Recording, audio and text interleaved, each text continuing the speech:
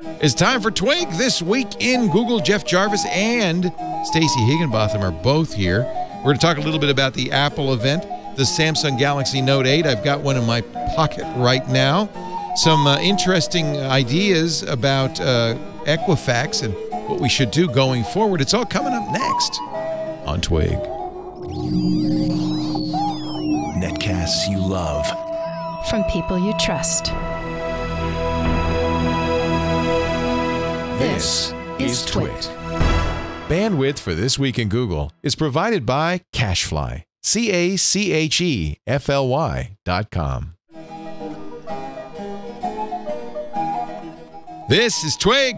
This Week in Google, episode 422, recorded Wednesday, September 13th, 2017. The Missing Link. This Week in Google is brought to you by Rocket Mortgage from Quicken Loans. Home plays a big role in your life. That's why Quicken Loans created Rocket Mortgage. It lets you apply simply and understand the entire mortgage process fully so you can be confident you're getting the right mortgage for you. Get started at rocketmortgage.com/twig. And by the Ring Video Doorbell. With Ring, you can see and talk to anyone at your door from anywhere in the world using your smartphone. It's like caller ID for your house. Go to ring.com/twig and get up to $150 off a Ring of Security kit. And by LegalZoom. Grow your business and let LegalZoom help out with all the legal stuff. For special savings, visit LegalZoom.com and enter Twig in the referral box at checkout. It's time for Twig This Week in Google, the show we cover. I'm sorry, I didn't mean to shout. Did I wake you? This is yeah. Yeah, you did. I was having quite a nice nap, and there came Leo. It's time for Twig. Jeff Jarvis is here. He's grumpy from just waking up from his nap. Hey, Jeff, professor of journalism at CUNY, blogger at Buzz Machine. Good to see you. Author of many a book. Good to see you. You survived September 11th. Yeah. Does it still send a chill up your spine? Yeah, I haven't done it every year, but I went there. I do that. Yeah. Took pictures of the spots where I was when the major events happened. Oh, do you do that every year? Not every, but almost. Oh, that's neat. Have you been in the museum yet? I don't think I can do it. Yeah, I was talking to a firefighter who said the same thing. Really? Yeah. It's very emotional. It's really emotional. I was in tears most of the time. The one, besides health conditions, the one big impact on me personally is that I am now, this is really weird. I've never said this out loud before, but I find myself almost unable to control emotions in ridiculoly manipulative tear-jerker moments. You know what? That's not the 9/11. That's age. That's age. I think that's age. It's the same thing. And remember George H.W. Bush? He was very teary. He would cry. I cry at everything. Lisa goes, stop crying. It's like being a pregnant woman. I'll just tell you, like it. Yes. When I was pregnant, I cried. I have the like belt at the the drop belly of for a that hat. too. Very emotional. Oh, well, there we go. But it is a tearful thing to go there and see, the melted fire truck. And it's funny. You know what really saddens me more? It's not the people the victims in the building as much as I really get choked up when I think about the rescue workers, the FDNY and the NYPD that ran into the building. And their faces are burned into my memory. Yeah, the priest who was giving last rites and then himself got killed. I mean, it's just those things really start the waterworks. It's a beautiful museum, though. I mean, it really is well done. But it's made to make you cry. I mean, they have phone calls. Yeah, that's why. They're playing audio from phone calls. And I mean, it's very heavy. But what a beautiful memorial. So you go see the memorial. I've done that. I waited a while to do that, too. Yeah. Because at first, when you went, it was worse than airport security to get in. Yeah. Now it's wide open. Now it's wide open. Stacey, we missed you. Stacey Higginbotham is back from her jaunt to Intel, right? Cedia and Qualcomm.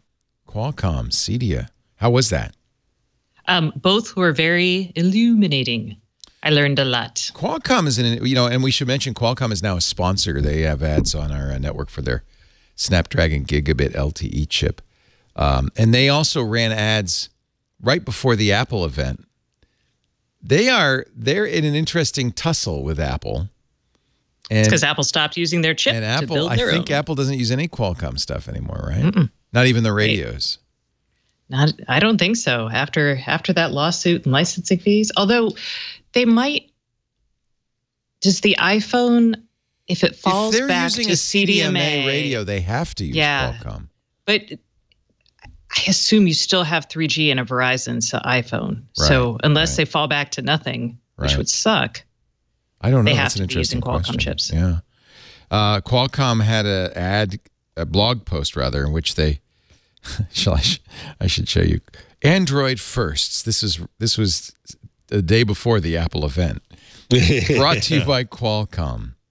Of course, there was no surprise really what Apple announced. We had already seen leaks. So they're responding directly to the features Apple is going to be announcing tomorrow, the day after this blog post. Fast charging, quick charging, dual camera technology, iris authentication, facial recognition, fingerprint under display, augmented reality, depth sensing. This is all stuff, OLED display, 4K display, gigabit LTE. This is all stuff that Apple, touted in its new iPhone X, and it was all innovations that appeared first in Android, thanks to Qualcomm. I think that's really, but they're locked in a major lawsuit, and withholding payments and all sorts of stuff. Well, I think, and here's a question. And when I talked to Qualcomm, this was mostly a tech visit. We did not discuss the lawsuits because they can't discuss the lawsuits. Right. So you can smile and ask, and they will say, "Hey, we can't talk about that." That's a different building. Would you like to go there right now? But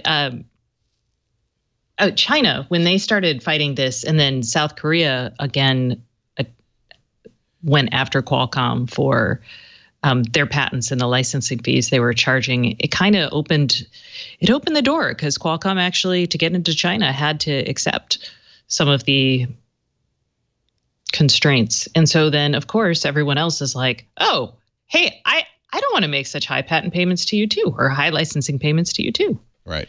So, okay. Qualcomm has had a good run as a licensing company.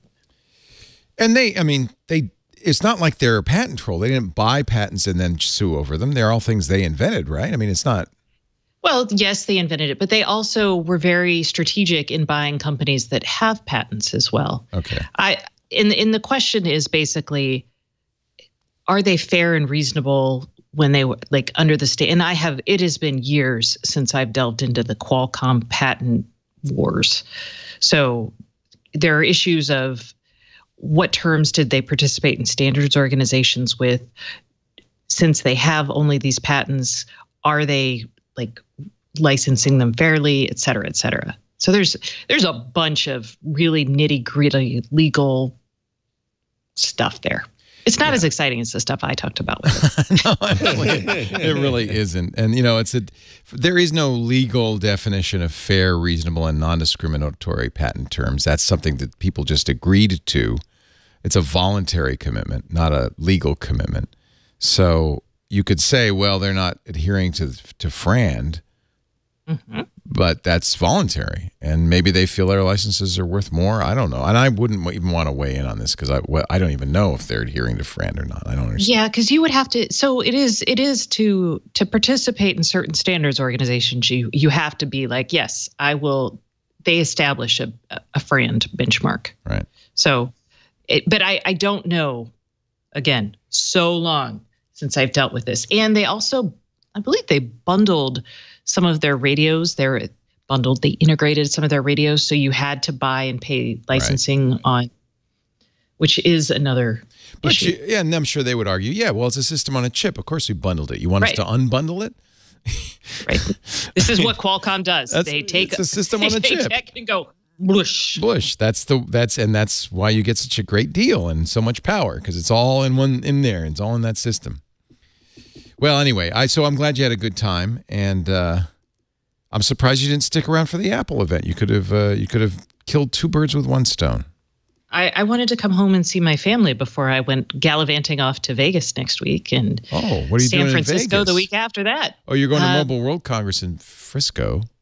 No. I'm doing a event for some friends of mine in San Francisco. Oh, cool. And then Vegas is a user group for an industrial internet company. You work hard. Aren't we impressed, Jeff, at how she is an intrepid reporter? Stacey is. And an entrepreneur. Yeah. Well, that's right. You kind of have to work harder if you're doing it for yourself, don't you? Really? I put all that hard work onto Andrew. That's his job. No, otherwise, you're doing all the reporting. No, you're doing it all. Yeah. You're doing the work. I'm impressed. That's why we have you on, because then I could say, well, Stacey, what's going on? What does this mean, Stacey? Tell us. Well, only on the IoT or 5G. I don't know. No, that and life. So did you both watch the Apple event? I watched it while working out. It was my... That's perfect. Perfect.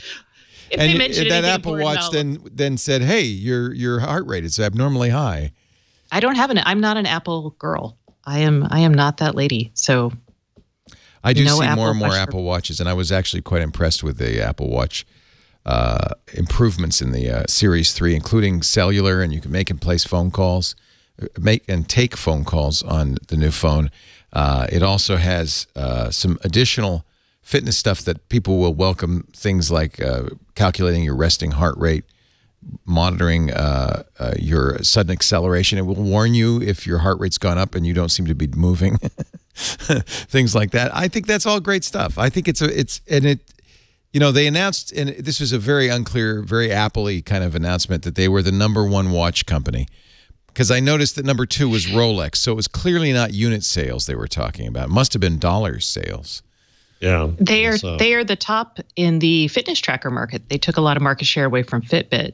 Actually, a lot of people took market away from Fitbit. Yeah, but that was my reaction seeing the Apple announcement. Is that's it? It's over for all the other fitness bands. This is, I mean, there will always be people who don't want to buy into Apple's ecosystem. Because you do have to buy an iPhone to use it. It's not usable without an iPhone.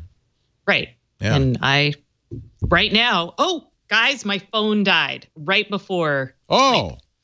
So what are you going to get?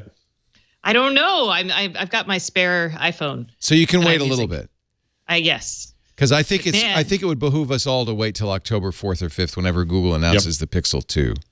That's what I'm waiting for. But I am in love with the Note 8. Ooh, really is it's a beautiful phone. It's big. It's tall. It's not wide. And it's a little bit bigger, but not hardly at all bigger than the S8 Plus. It's just 1/10 of an inch bigger diagonally. Does Lisa have one? She's an Android. I mean, an iPhone person. She's not an Android person. She has an iPhone 7 Plus, but that's a 5.5-inch screen. This is a 6.3-inch screen in almost exactly the same size as a 7 Plus. No, but it's the same size as a 7 Plus. Well, that's what I'm saying. But guys, your pockets are bigger, so you're like, I can still stick it in my pocket. She loves the 7 Plus. She's completely happy with it. She likes a big phone. She likes the cameras in the 7 Plus. I do too. This has dual cameras as well. It's very similar in some ways to the 7 Plus. Has a live focus feature that's kind of interesting. Let me see if I can do it upside down and backwards. So it zooms in a little bit, and then it has a slider. And I don't know if I can actually do this, but I can bring the background into and out of focus depending for the portrait. Oh. And you do that live. You know, Apple has that in their portrait mode. But then Apple leapfrogged them. Then the iPhone 8 Plus, and 10 will have a new lighting mode, which is really cool, where you can change. That is gorgeous. Isn't that amazing? Yes. And I think the interesting thing about that is, in order to do that, they took part of that new A11 Bionic chip. They took a chunk and said, this is going to be for the camera. And that's where Apple has an advantage over Qualcomm, over Samsung, over anybody. They designed their own silicon. Yeah, maybe they started with the ARM platform years ago, but they have 1,000 chip designers working at Apple. And now they do their own GPUs. This is the first year they've done their own GPUs. And they design their own silicon. And there are more than 1 billion transistors in this A11. Enough so that they could say, this part here, that's the camera. So they dedicate hardware, silicon, to camera processing. That's pretty amazing. So that's the way things are going now in general. Yeah. So Qualcomm, if you look at its drone reference designs, and I just know this for a fact because I was sitting there talking to them about their chips, but everyone is designing. There are certain core features that you're going to design into silicon. Your camera has been there for a while. What you're going to start seeing next is DSPs dedicated to voice. So wake words, that kind of thing. Apple mentioned something called an ISP as well, which doesn't stand for Internet Service Provider, but is it a machine learning chip? I think it was. Yeah, that's their AI chip, right? Yeah. Okay. Yes. So this is what's interesting is you now have so many. It's an image and signal processor, or no? It's image and signal processing group. So you'd have so much extra silicon because the die. We've shrunk the die sizes down so much. You get so many transistors. You have enough room to dedicate parts of the chip to different processes. I think this is fascinating. Well, it's more, it's so essential because when you're at this point in time, we don't need more gigahertz, right? We're not optimizing for performance. We're optimizing, general performance. We're optimizing for battery life and performance. So what happens is it makes sense once you have a function that is integral to what your device is. So a camera on a phone now is integral. You wouldn't buy a phone without a camera. Okay, like 5 of you might. But it makes sense to say, okay, let's put this in hardware so we can eke out the most power savings for the best quality. And that's exactly where we're going. And it's super fascinating because if you talk to the chip guys, what they're designing today is the stuff that 5 years they're believing is going to be integral to your phone. Wow. Maybe 4 years. It's so cool. And I love it that there's a competition between Apple and Samsung and Qualcomm. Google's not making these chips. Google's using Qualcomm. Oh, I see chips. the chip side, right? Chip side alone. I still think. I wonder if Google will, though, right? So my speculation, and I could be proven wrong, or not proven wrong. I might just be wrong. Well, that would prove you wrong. Yes, that Google they have to be investigating making their own chips you're right.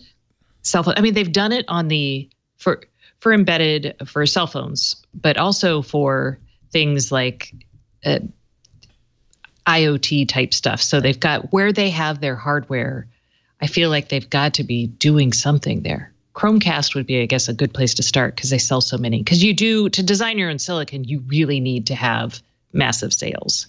Well, look at this story from your former colleague, Janko Rutgers. Google, in June, hired a veteran chip architect away from Apple and is now looking to build its own chips for future versions of its Pixel phone. And that gives it the ability to control security updates the way that, Apple can. So they could keep the phone working or secured and supported over a longer period of time. So this is Manu Gulati, who had been at Apple for 8 years doing chip design. He is now Google's lead SoC architect, system on a chip architect.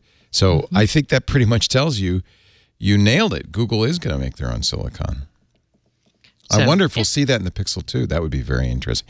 They always said that the Pixel was a rushed kind of stopgap phone, and that wasn't what Google really wanted to do. Yeah, no, seriously, everybody's very interested. The one rumor I really hate, and I hope it's not true, is that they're going to abandon the headphone jack on the Pixel too. Oh God, no, yeah. No, it's so nice to have competition among features like that. I like my headphone jack because I never remember to charge all my stuff. And I know that Apple now has their charging mat that one day you might be able to buy. They finally have Qi charging. Well, but it'll work. The iPhone is using Qi now, so it'll work with all the other chargers you have. This has wireless charging. Actually, this has wireless fast charging. They use dual voltages to speed up the charging on the Note 8. Now, is it that they don't have a Qi chip in the AirPods? Is that why they don't charge on the charger? Okay. The AirPods, which also use no, they only use cable charging. So what Apple said is they showed this mat, which they may or may not ship next year. There's some issues with it because some of the features of it are not yet part of the Qi spec. And they've showed it with an iPhone on it, an Apple Watch on it. Yeah, they both use inductance charging. But the AirPods, And then they said, with the optional AirPod wireless charging case, you'll have to buy a new case for your AirPods for wireless charging.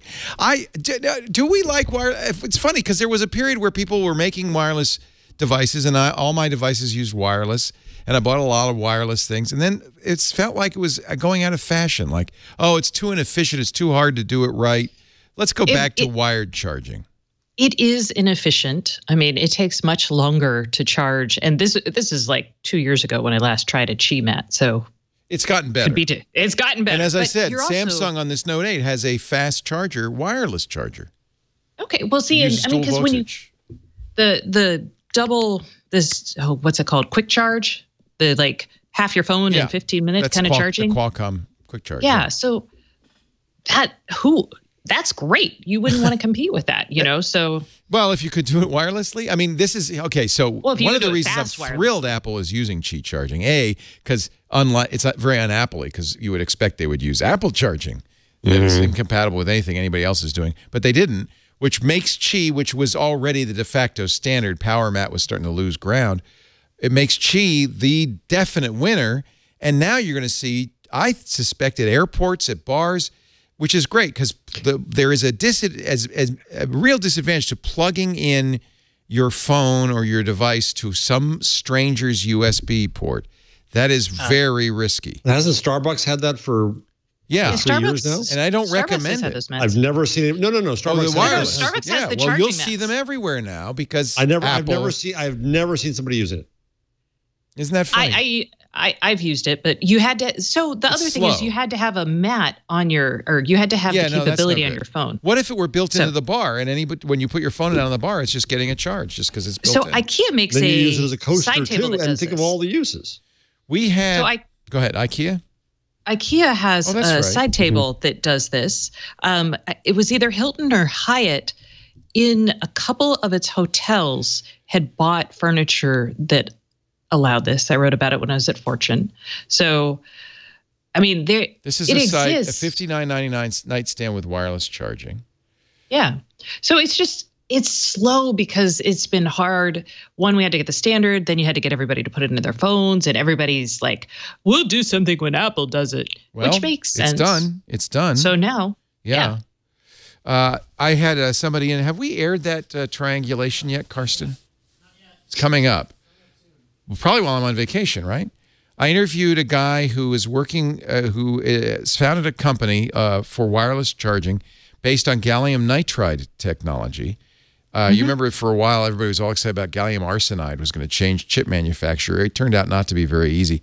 But gallium nitride you still use a silicon semiconductor. That's a well-known, robust technology to make silicon wafers. But then you apply a thin layer of gallium nitride on top of it, and what it makes it almost a superconductor. It makes it so it's eventually going to change the way we design microprocessors. But for now, it's being used for field effect transformers, for amplification, and it can be used for wireless charging. And he brought in, we had it, a table that you put anything on anywhere on that table, it will charge. I mean, a big one. Who is this guy? What's the company name? What was the name of it? It was something Power. Something. We're gonna have to look it up. Why, do you know him? Okay.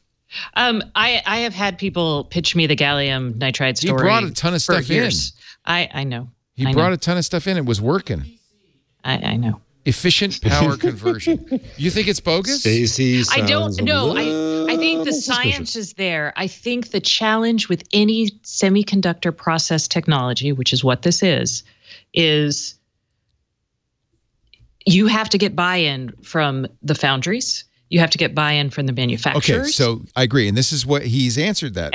He says it's CMOS. It says the foundry is unchanged. We can actually add a little shed effectively off the side of the fab. The fab is still doing silicon, everything the same. That's the beauty of this. You don't have to get a new substrate. You're still using silicon. And then we just take the wafers and we spray them with gallium nitride, and then we put it in through the rest. I mean, he's building stuff now. So I really think this is, but the point being, you're going to see, he had a drone we were charging at distance. So the drone would hover over a charger and it would charge, which was pretty amazing. That is amazing. Yeah. So this is... Could you stick your hand in the middle of it and have it not get warm? He said it's not recommended. The reason that these wireless Qi chargers are fine is because it's not just blasting power like that. It's like a little Taurus or something. You know what? It's inductive, isn't it? Yeah, it's inductive. So it's not it's not doing anything to you, right? Anyway, I'm excited. I don't know why wireless kind of went through this dip, this down cycle. The new the Pixel doesn't have wireless in it. Apple's never had wireless until now.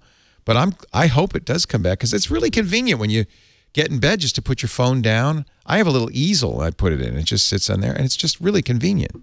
And I don't care if it's going to take a little longer because it's going to be there all night. Right. Well, and that's the...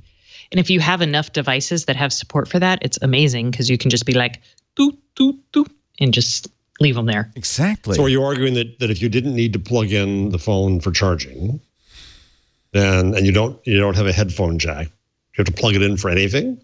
Well, I'm sure Apple would love to get rid of everything. And you're right. If they didn't have to charge, the Lightning port would be gone. By the way, why not USB-C, damn it? Yeah, well, because that's Apple. I know. They have so fragmented. Okay, I'm not going to get on a high horse here, but they have I'm with you. So fragmented their line now that it's very confusing. They use USB-C on their computers. They use Lightning on iOS. They have fingerprint readers on some of their phones, but not all of their phones. They have headphone jacks on some of their phones, but not all of their phones. It's just the user interface when you don't have a fingerprint reader changes because you don't have a home button either. So they literally make now their newest high-end phones, the iPhone 8 and the iPhone 10, have different user interfaces. On one, you press a home button. On another, you have to slide in different up, down, left, right. It really is fragmented, and this is not good for users. It is not a good way of doing business, and it surprises me because Apple was famous for being the company that said, no, we're going to do this, this, and this, and that's it. I fear for them in the long run. I mean, obviously, they're going to make plenty of money, but I fear for their eternal souls in the long run because I think they've already lost. They lost me on laptops. They have screwed up their laptop line. They've pretty much screwed up their desktop line. The iMac is still a very nice desktop, but the rest of them are not. And they're about to really, I think, screw the pooch on phones, which is stunning.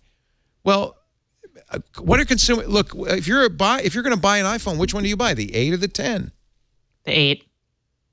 Because of the price? Good God, man. That is a freaking expensive phone. Well, so's the 8. I hate to tell you. Yeah, exactly. I'm not buying either of them, but Face ID feels kind of gimmicky, and I think a lot of people net out at the 8 for normals, and then there'll be some people who live in Silicon Valley who will go the other way. Yeah, I have learned not to bet against Apple. You just watch. The iPhone 10 will be the fastest selling iPhone ever, if they can make them. The real problem is I don't think they can make them very fast. They've got problems with manufacture now. Maybe hence the great pricing. No one will buy this phone for $1,000 or $1,200. Why is it that? Yeah, but why is $1,000 such a bad thing? I mean, $800 was a bad thing. Yeah. I feel like $600. This computing Note 8 is $930 to $960. Actually, I didn't want to buy it at that price, but I got a trade in because I had the Note 7, and so I got it for $400 plus I had to trade in my old phone, but I didn't mind that. I like this phone. You only have a certain amount of budget, or people who do not have a lot of money, or who have a normal amount of money, they have to make trade-offs. And if you're looking for, here's the good news. There are ample, excellent $200 to $400 Android phones, and now you can get an iPhone SE for $349. What was it? $329? $350. So the lowest price brand new iPhone is $350. So the good news is all of this technology has trickled down, and there are very, very good inexpensive phones. The Motorola G5 is an excellent phone. And what do you really miss if you buy one of those phones versus buying one of the top ones? Screen and camera. Yeah, that's it. And you know what? The screen tells me everything I need to know.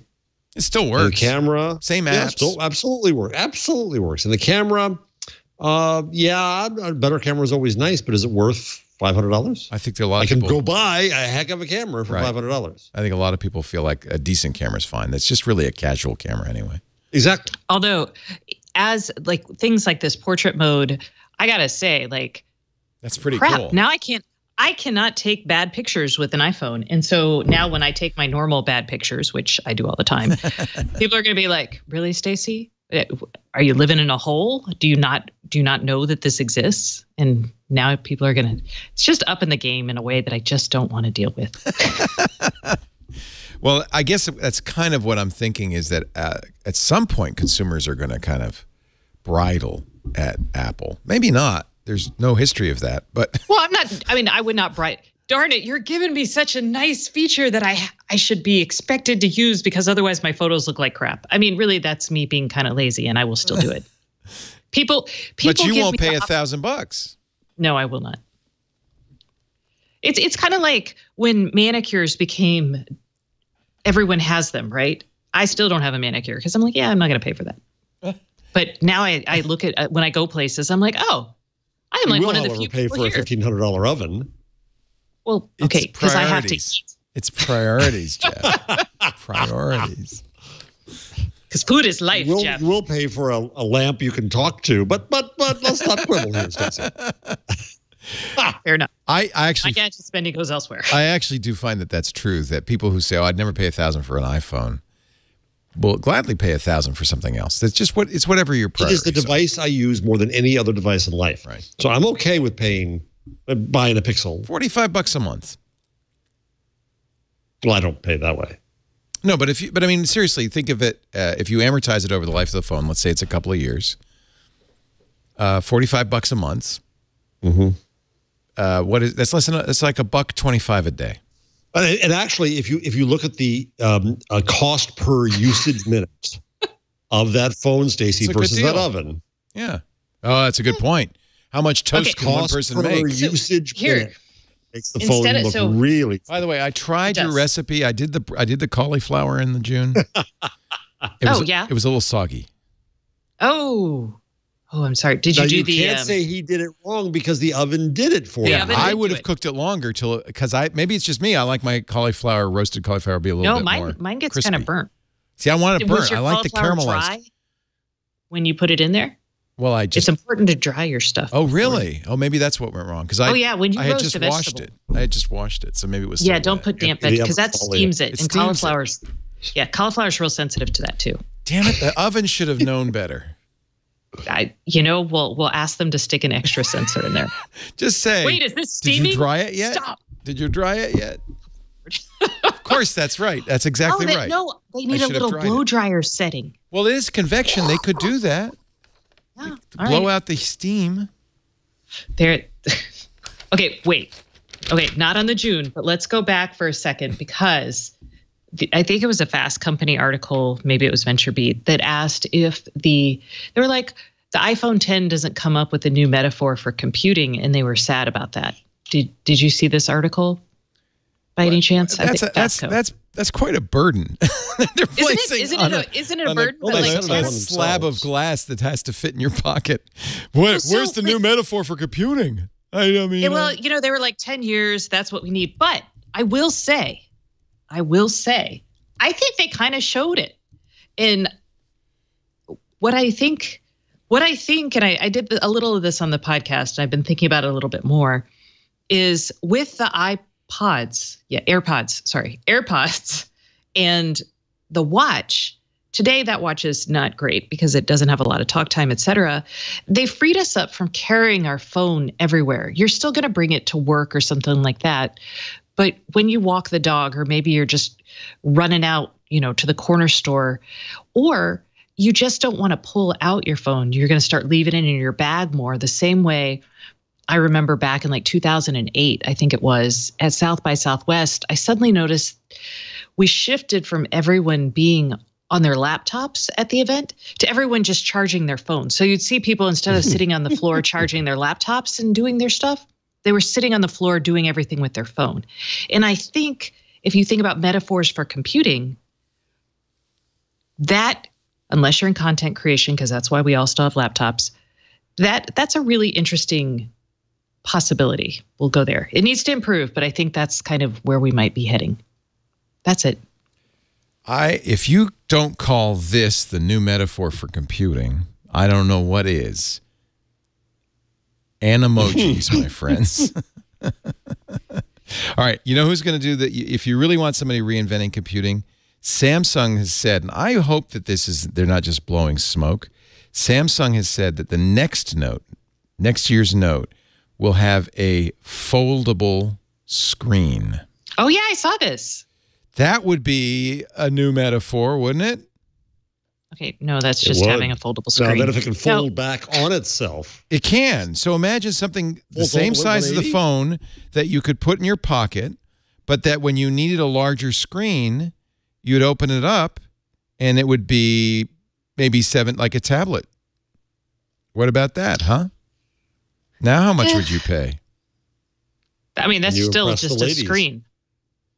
Well, but I think that's, well, you're right. I mean, I guess if you make the screen a Windows desktop, it's not a new metaphor for computing. That's actually not a new metaphor, but it's cool. I'm not lying that it's not cool.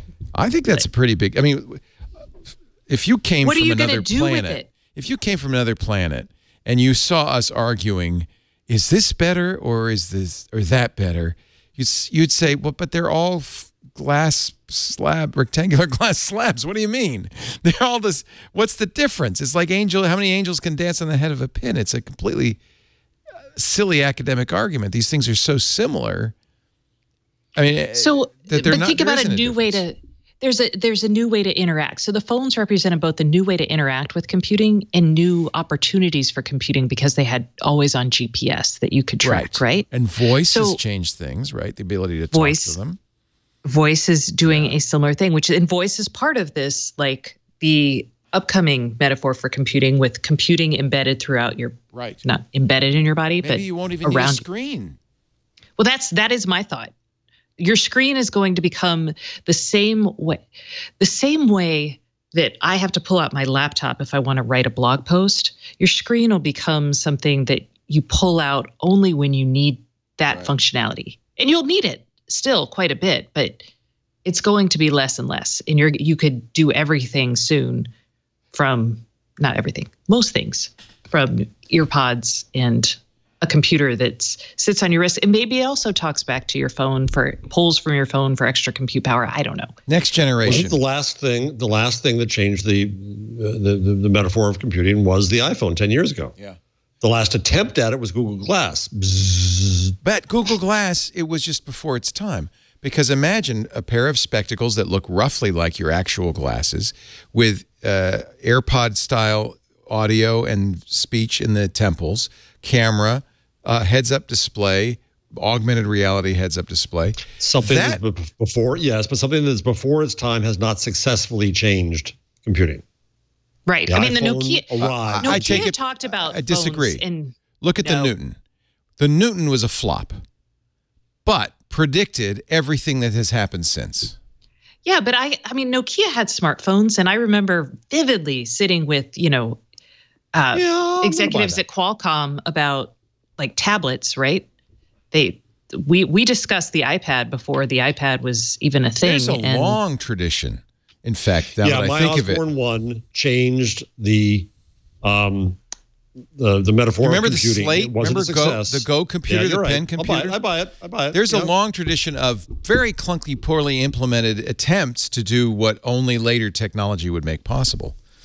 And I think that the Google Glass actually is going to be. We'll look back on it much like we look on Newton or the Slate and say, with a laugh, yeah, that was a good try, but the time wasn't ready yet. Microsoft's HoloLens is still not ready. It's all right. QCat. QCat. It was a sign of the times. I have it. I do too. Oh, Jeff. The single worst business presentation I ever went to. So I think, you like a smaller phone, Stacey, right? So you're not going to get the Pixel 2 XL. You'll get the Pixel 2, the little one. Yeah, I'll get the smaller of my options. Yeah. October 5th is supposedly the date. We'll find out. Dun, dun, dun. Google has not said. I think that will be the end of it, and you can at that point make a reasonable choice between the options. I think the LG V30 is going to be another one to look very closely at. All right. Especially if Google doesn't have a headphone jack. I hope the LG, let me see if the LG does. Oh, this is my phone that died. I have the Nexus 5X that LG screwed up so badly. Yeah. This was actually my replacement that just died, like literally in my bag one day. I pulled it out and it was like, boop, done. And I'm too lazy to actually get to do it back for a month since I have a spare phone. So that's me. I would also look at the V30. I'm trying to find out though. Yeah, it has a headphone jack. See, that's going to be in effect for people who need a headphone jack, the Pixel 2. It's big though. I'll go back to this. With the charger, you really could. Apple could eliminate all orifices. I feel that they will. I feel that. Can we not call them orifices on the phone? I'm just going to put that request. It's just out a here. fancy word for hole. Yeah, why don't we just call it what it is? Ports. We can call them hole ports. Sounds worse, actually. Ports. I think hole sounds worse. I agree. Ports. Okay. Ports. Ports. So if you care about learning about 3D printed self-folding electronics, yes, I do. What we're just talking about, I received today an article from the Applied Materials and Interfaces publication. You get such great magazines at home. That's such a good magazine. It is. I don't think it's. Yeah, I can send you here. I'll drop a link in for you. Stacey, your new Applied Materials magazine has arrived. Ooh, I can't wait! Quick, give me that. If you don't know how things work, how can you talk about it? It's like intelligent. I know. Here, I'll stick it under Stacey's thing. I know nobody's going to read it, but by golly, I am. By golly, well, I'm going to. We don't have to read it because you did. So tell us what's in it. I haven't read it yet. Oh, when we were talking about I literally got it today. It's in one of my tabs. All right, I'm loading it up. 3D. And it's pretty complicated looking. Self-folding. Well, you didn't mention self-folding. This is really cool stuff. Sorry. Composites that self-fold have so far relied on using the stimuli responsive mechanisms, focusing on reversible shape change. Integrating additional functions within these composites so they're going to have different shapes depending on their function. Yeah. Wow. I mean, so this is cool stuff, right? Upon peeling from the print platform, the composite self-shapes itself using the residual forces resulting from polymer swelling during the layer-by-layer fabrication process. As a specific example, electrochromic elements are printed within the composite and can be electrically controlled through its folded legs. Our shape transformation scheme provides a route to transform planar electronics into non-planar geometries containing the overhangs. My God, how did they ever think of that? This is an academic paper, guys. Let's all. No, it's printed flat, and then when it's removed from the surface, it goes and assumes a shape. Isn't that cool? Wow. Yeah. Did you ever read Ken Liu's Paper Menagerie short story where in he folds origami shapes and they get up and walk around? You could create those, and that would be neat. I can't wait. All right. Sorry. The future is cool. We'll move back to the present because there's Google stuff. I would like to live in the future. I'm just saying. There's lots of Google stuff. All right. Let's take a break. And we want a future without bodegas. We'll get to that. I love that. I want to talk about that. That story is amazing. And more. In just a minute, Stacey Higginbotham from Stacey on IoT, the IoTpodcast.com, at Giga Stacey on the Twitter because she was with Giga for so long. She still got the Giga in her. Oh, I do have a mouse thing over my door. Yeah, that's ours. We put that there for you. So it's a new hook hanging on the door. It's not chrome like all the other. It looks so realistic. Oh, it moved. Oh my God! Now it's on you. Get it off of me. Get it off of me. Also with us, Jeff Jarvis. He's at buzzmachine.com. I have no idea what's happening. Yeah, I don't. Put a mouse on him. That's all right. We are brought to you today by Rocket Mortgage. Put a mouse on your mortgage. Quicken Loans, one of the best lenders in the country, realized that the mortgage process really wasn't keeping up at the times. It was directly out of the 20th, maybe the 19th century. You had to go to a bank, beg a hat in hand, and say, please, sir, can I have some money to buy this house? Or can I refinance my house and take some money out of it? And then he would go and look through a bunch of foolscap paper, thin paper, and search for the best rate. And maybe, he'd then say, all right, well, here's what we'll need from you, and give you a laundry list of documents you have to find or beg, steal, or borrow from your bank and other financial. This is all history. History. Thanks to Quicken Loans, they've invented Rocket Mortgage. It's an entirely online mortgage approval process. You do it directly from your phone or your computer or your tablet, and it's fast. You don't have to go find papers because they are, paired up with all the financial institutions. So all you have to do is share your financial information by touching a button, and then they crunch the numbers, and based on your income, assets, and credits, they will come up with a home loan option or 2 or 3 for which you qualify. You pick the one that's right for you. And all of this, thanks to computers, took minutes. You didn't even have to get up from the chair, or you didn't have to leave the open house where you're going to make that offer, because you could show the realtor your phone that says, you're approved. That's Rocket Mortgage for you. Fast, easy, transparent. Apply, simply, understand fully, mortgage confidently at rocketmortgage.com/twig. Equal housing lender, licensed in all 50 states. NMLS consumeraccess.org, number 3030. rocketmortgage.com/twig. We thank them so much for supporting This Week in Google. Couldn't do it without our fine sponsors. Well, we could. But we just have to charge you. Which would you prefer? Keep this business model alive. It's, I think we've talked about this before.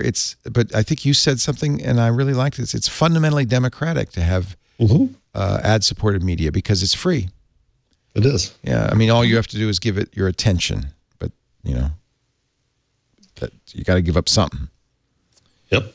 There's blood in the water in Silicon Valley. I thought this was a very interesting think piece in BuzzFeed. Piece, I thought. Ben Smith, its editor-in-chief, pointed out that it is, I for a little bit thought it might be a golden age for Silicon Valley and mega corporations because there'll be no antitrust prosecutions under the Trump administration, or will they? Well, perhaps they will. Steve Bannon and Bernie Sanders both want big tech treated, as in Bannon's words in Hong Kong this week, public utilities. Tucker Carlson and Franklin Foer have found common ground. Even the group No Labels, I'm reading from his column, an exquisitely poll-tested effort to create a safe news center, is on board. Rupert Murdoch, never shy to use his media power to advance his commercial interests, is hard at work. Antitrust is back, baby. It started with Yelp complaining that despite a 2012 consent decree, Google continues to scrape photos from the Yelp site and put them in its business listings. They want an antitrust case against Google, and they've gone to the FTC to ask for it. I think it started long before this. Oh, yeah. If you look at things like Europe and GDPR, that is... Oh, yeah. Oh, yeah. That is... Absolutely. Yeah. So I feel like... Ben says this leads to a kind of murder on the Orient Express alliance against big tech. Everyone wants to kill them. Yeah, and I think it's probably, add in Europe.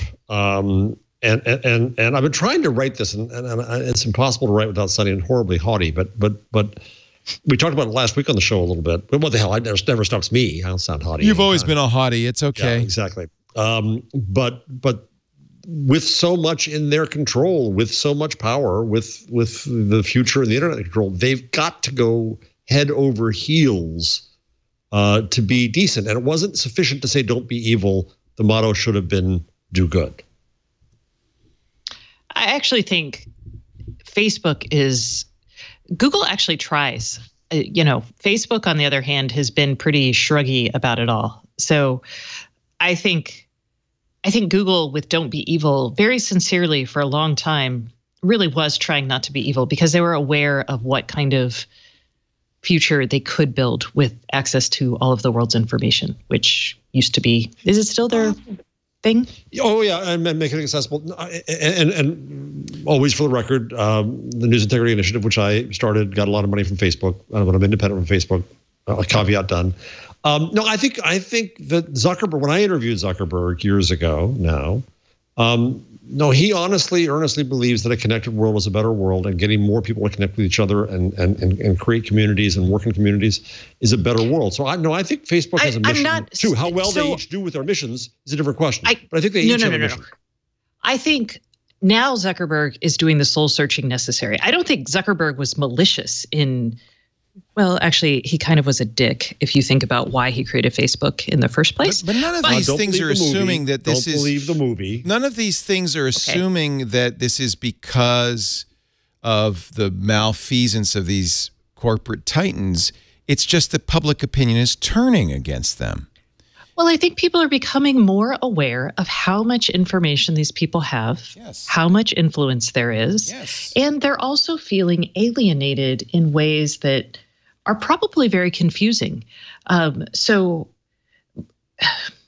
when you think about how people are rewarded in the faces they show on these sites and how not true they are, and how intrusive it becomes to maintain that facade, I think people are becoming a little bit more aware of it's not harms, it's just of the permeation of the stuff into. Yeah, but I also think, Stacey, what Ben Smith's article does is it makes clear that there are also a lot of enemies with agendas who are ganging up, and those enemies include media who think that Google and Facebook stole what God gave them in revenue, Yelp, which is a competitor, Murdoch, politicians. That's how this always goes, though. I'm not going to. I mean, to take down if you want to regulate or put some sort of governance on what Facebook and Google are doing, or the other big tech companies, and I actually don't think that's a bad thing. You're going to need this kind of Murder on the Orient Express group. And does media have an agenda? Oh, yes, they do. But I think it is Google a bad and Facebook thing. That's where we split. I think that if government, if you imagine, pardon me, that's just how politics government works, of all governments regulating those companies, thus the internet, I dread that. I dread all government regulation because we have to dig through so much crap to get to the real issues and things that might actually help individual people. And I'm always going to be for the individual consumers in every fight. But well, let me ask you this. That's an interesting starting point. There's no, I mean, the power of capitalism is that when somebody becomes wealthy, makes money, they reinvest it. They make money out of innovation. It's not a zero-sum game. They don't become, and I think you could say this is the case with Google, Facebook, Amazon, maybe not Amazon so much, but certainly Google and Facebook. They added value, and that's where all that money came from and all that power came from, was adding value. It wasn't they took it from somebody else. So everybody acknowledges that these are valuable entities. They provide value in our life. But there's also seems to be a growing awareness that they have become so big that they have too much power now. It's different for each one, but let's use Facebook as an example. Margaret Sullivan in the Washington Post, this is again from Ben Smith's column, wrote, would Donald Trump be president today if Facebook didn't exist? Although there is a long list of reasons for his win, there's increasing reason to believe the answer is no. And the more we learn about, the Russians very effectively using Facebook and so forth, so that's where there's a bit specious. That's a bit of a specious argument. Is it? Okay. Yeah, it is because would X but that's from the left without radio? Would X exist without TV? Yeah, okay. Would X exist without whatever? But radio and TV are an industry. Facebook is a company. Well, we used to have fair. Is it the fairness doctrine? Yeah. When we were talking about political parties, I mean, TV and radio back in the day, you had to publish. Is it the fairness doctrine, Jeff? It's been a long time since my media law classes. Yes, it's a fairness doctrine. but I have to say, there's a difference between saying I don't want to shut down radio and TV because that's shutting down an industry, and saying there's a company one company that wields too much power. That's Twitter. Very different. The president's not on Facebook. The president's on Twitter. Let's remember, it's not just. Well, we're having this debate about like Sinclair with its pro-Trump agenda and letting the FCC approve and its. Lest we sound too left-wing, on the other side, many conservatives say that these companies, Facebook and Google, are fostering a progressive agenda that they don't like. So that's the point, is it's coming from both sides now. There's a general building consensus that these companies are too big and there's too also powerful. a general, I'm sorry, I interrupted. There's a general, the institutions that are challenged by these new companies and by this new reality of the internet are fighting back because they're challenged, because they're disrupted. Right. I understand that. You're talking about newspapers, Yeah. for example. I understand that. Yeah. But that's not the only place this is coming from. It doesn't become a problem if it's just newspapers or if it's just the left wing or if it's just the right wing. But when you get these unholy coalitions between all these groups, if I were Google or Facebook or Amazon, I'd be threatened. They should absolutely. And so I want to go back to something we said last week because it was on the show last week that the story of the $100,000 Russian political ads on Facebook broke. Right. And we were talking about it. And my first thought was, well, no matter what my first thought was, it was wrong. Whatever it was. But in first blush, I wondered whether Facebook could have known they were Russian, and that's key. If they were ads, they were ads. There's another talk about saying that Facebook should be under the same regulations, Stacey, as television, and should be transparent about this. This to me becomes pretty easy now, and Facebook's not doing this. Facebook should disclose the ads and the targeting that was used for them. It should expose how the manipulation occurs. The public deserves to know this. Well, wait, though. So, what? So tied to that, though, we have a story about it's not the sponsored tag, the controversial tag not actually helping on Facebook. And I'm wondering if what you're proposing would have the same lack of effectiveness. Well, I think it's a good idea. No, right. Okay. So let me answer that first. It's the disputed tag, which is the fact-checking thing. And here again, I'm going to criticize Facebook. That was one study with interviews outside of Facebook saying that the fact checker dispute only affects a certain amount of attitude towards something that's disputed, and if it's ideological one way or the other, it could actually make the spreading of it worse. The problem here too is that Facebook is not being transparent about this, and journalists are asking Facebook, because journalists are helping with the fact checking, would you please give us the data on this? That's complicated to this extent. When the disputed tag comes up on Facebook, Facebook itself reacts to that, right? I think that they don't promote stuff that's been disputed now because they don't want to be accused of pushing what is seen clearly as fake. So you can't separate the user behavior, the impact on the user behavior, from the impact on Facebook's algorithm. Nonetheless, in both these cases, Facebook should be open. So the difference between that, Stacey, and the political ads is that's not about trying to expose the political ad to the user. It's about exposing this set of political ads and their targeting criteria to researchers and media so we can understand what did the Ruskies do and how did they do it? Who did they go after with what? And what impact did they have? So that's more for researchers than it is for the end user.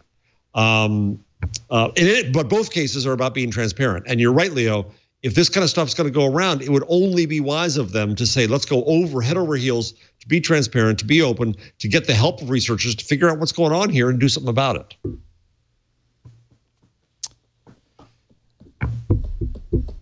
Now, how does this tie into the Bodega? So the Bodega story it's about, and by the way, our friend Siva Vaidyanathan has the great hashtag on this one, the Brodega. That's exactly what it is. Silicon Valley attitude. You want to explain the story first? Yeah, so a couple of former Googlers have created a very interesting product. It's a locked box, display box that goes in your apartment or, other public place, maybe your business. You unlock it with your phone and take what you want. Stacey would have this at her home, but no one else would. There's no human here. It's just like that Amazon store that knows who you are and knows with cameras and sensors what you've purchased and charges your phone automatically, and you walk away and the thing locks itself back up. It is a corner store without any employees, and this is a startup, and they call it Bodega because it will replace all the little bodegas in New York City. I don't know if it will or won't, but it's certainly not going to have the range of products. And so this set off a firestorm of people saying of bodega jokes. There's a Josh Marshall tweet. I actually appreciate the douchebags who rolled out the let's end bodegas idea. The burgeoning tech backlash needed this moment of douchebaggery. Well, wait a minute, though. Should an entrepreneur worry about that kind of thing? I mean, yeah, I think so, because it shows the haughtiness, the separation from reality of real life of Silicon Valley employees. Now, but wait a minute. What if it's a better way to serve people? And be sensitive about how you do it. Find a way that makes sense. Should Uber not attempt to replace cab drivers because of the poor cab drivers? They should figure out what the impact is and have some kind of. I disagree entirely. Yeah, well, I'm gonna disagree with you there. I think these guys were tone deaf in naming their company Bodega. They probably shouldn't have named it Bodega. That's the key. They could have just called it the Stuff Box or something. They could have called it Vending 2.0. Yeah. And nobody would have complained. Yeah, it's just a vending machine. A vending machine. So then they wrote a post trying to walk back as fast as they could. But all it does is it showed the attitude in Silicon Valley, and it showed the cluelessness as to the current atmosphere, which Ben Smith wrote about. By the way, they maybe even took it a step further, because I guess there's a meme called Bodega Cats about cats that sleep in bodegas, and they took the Bodega cat as their logo, which probably added insult to injury. Well, okay, hold on, guys, because I think there's some blame to be had here too. The media flipped out on this one. And the Fast Company article is the one. Didn't the Fast Company article actually suggest that this was going to, in the headline, replace bodegas? Yeah, it says it will make them obsolete. That's not necessarily what these guys were planning, right? So let's talk about that. One, yes, a lot of this outrage was from this headline, which totally fine. These guys in their walk back, again, they're like, oh, we talked to some people in New York and we had branding firms. And I'm like, yeah, but did you talk to the right people? Probably not. And I get it. And totally tone deaf. But this is like a tempest in a freaking teapot, you guys. This startup may not even be around in 6 months. It's not that freaking innovative. Let's joust at something real. So Stacey, I like your point about media. And I just put up something on the rundown at the bottom of the other, which I think demonstrates your point excellently. How fake news is created. Parker Malloy put up a Twitter thread that Jennifer Lawrence allegedly said that hurricanes are punishment for electing Trump. And this spreads around. You see the Daily Wire, you see it on Alex Jones, you see it everywhere. You see CNN write about it. If you go to the next tweet, Leo, she didn't say that at all. Not at all. But it takes on a life of its own. Media get used. They go for the clicks. They're the chumps. The bad guys put this into the agenda. And now poor Jennifer Lawrence is acting like there's a war over this when there's not. It does not pay to be in the public eye anymore. Jeez Louise. You just if anybody is considering at this point being famous, don't. Just don't. It's not all that it's cracked. Well, it's not going to get better either. Oy. And what people remember is still a lot of times the fake news. I mean, look at everybody in poor Al Gore inventing the internet. I mean, so it's not new. It spreads faster. You can do it easier. You can make up just about anything. And the Bodega guys have apologized. Yes. Yeah, I still, again, they're idiots, but God, y'all, I don't even know that they're idiots. I think that sounds like a pretty good idea. It's not that new. Facebook has had this in their offices forever. It's called the vending forever. machine. I'm like, I feel like in Japan you could probably walk up to the and I'm sure there's some supply chain management and optimization, and they can grab like Zarly-esque algorithms. Who went throwing eggs at the Google bus? People in gentrified neighborhoods in San Francisco where bodegas were going away, getting replaced by Starbucks. It doesn't take a genius to say, we're going to have a public relationship here. What should that relationship look like? What should we be sensitive to? In an age when jobs are going to be eliminated, when we know most retail jobs are going to be eliminated, we're going to come out with this. How should we position this? What should we call it? Let's call it little Spanish guy down at the corner who's going to be jobless and poor soon and deported by the president, and we don't care because we're Googlers. It's just dumb. That's all. Just dumb. Well, and it really all it was is just a total lack of awareness of the outside world. And everybody's mad at Silicon Valley for that anyway. Exactly. That's my only point. That is my only point. All right. All right. It's such the media.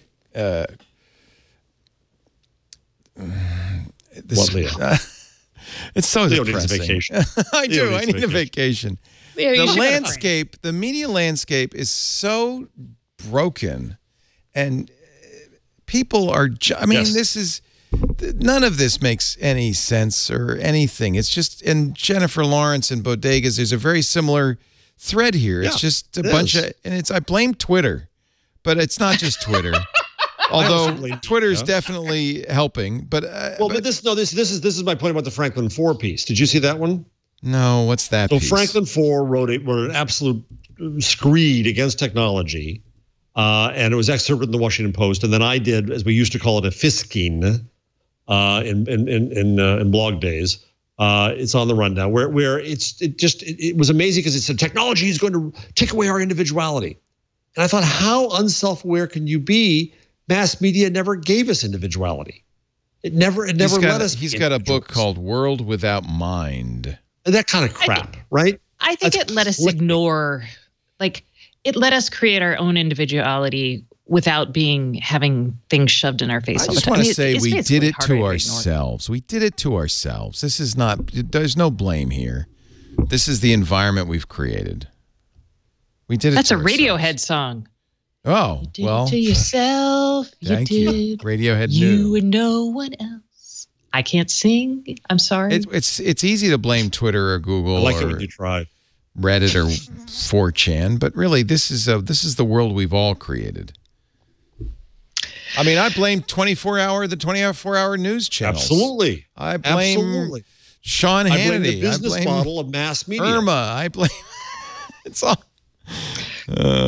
I just makes me want to move to the wilderness with her and live. Leo, you would land. not last 20 seconds in the wilderness. But I have a Note 8. I could probably figure it out. So I'm going to give you the Note 8.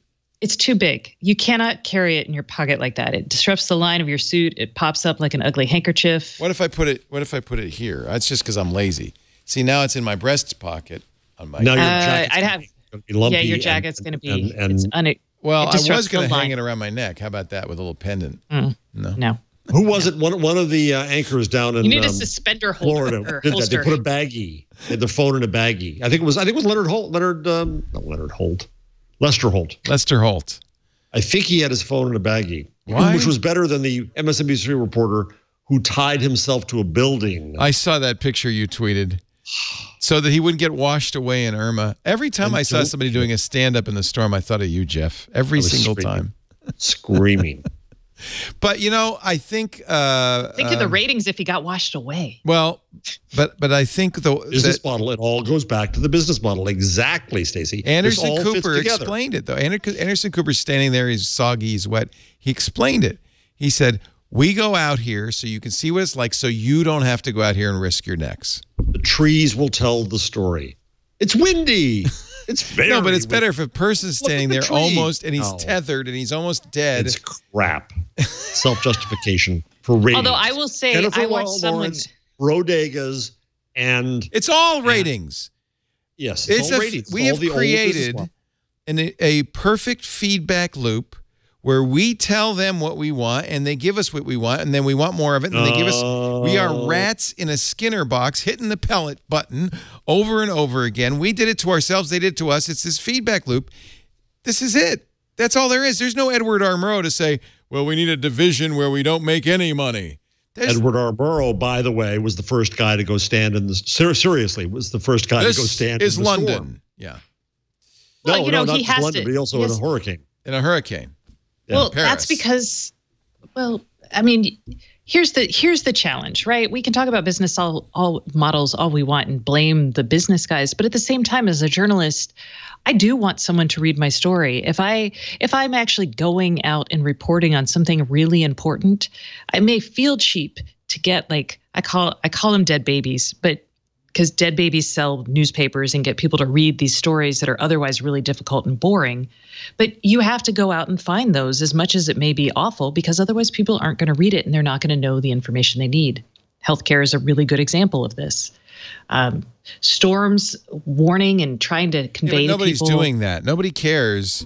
That's not true. There are people who do that. Okay, but they're getting to be fewer and fewer because the people who are most successful are the ones who don't worry about putting any nutrition in your Wheaties. They just say, put more sugar in the Wheaties. I think we just have more crap to wade through. I mean, there's always been a finite supply of really good investigative journalism. I mean, it's not like that is very much a calling. That is very much so.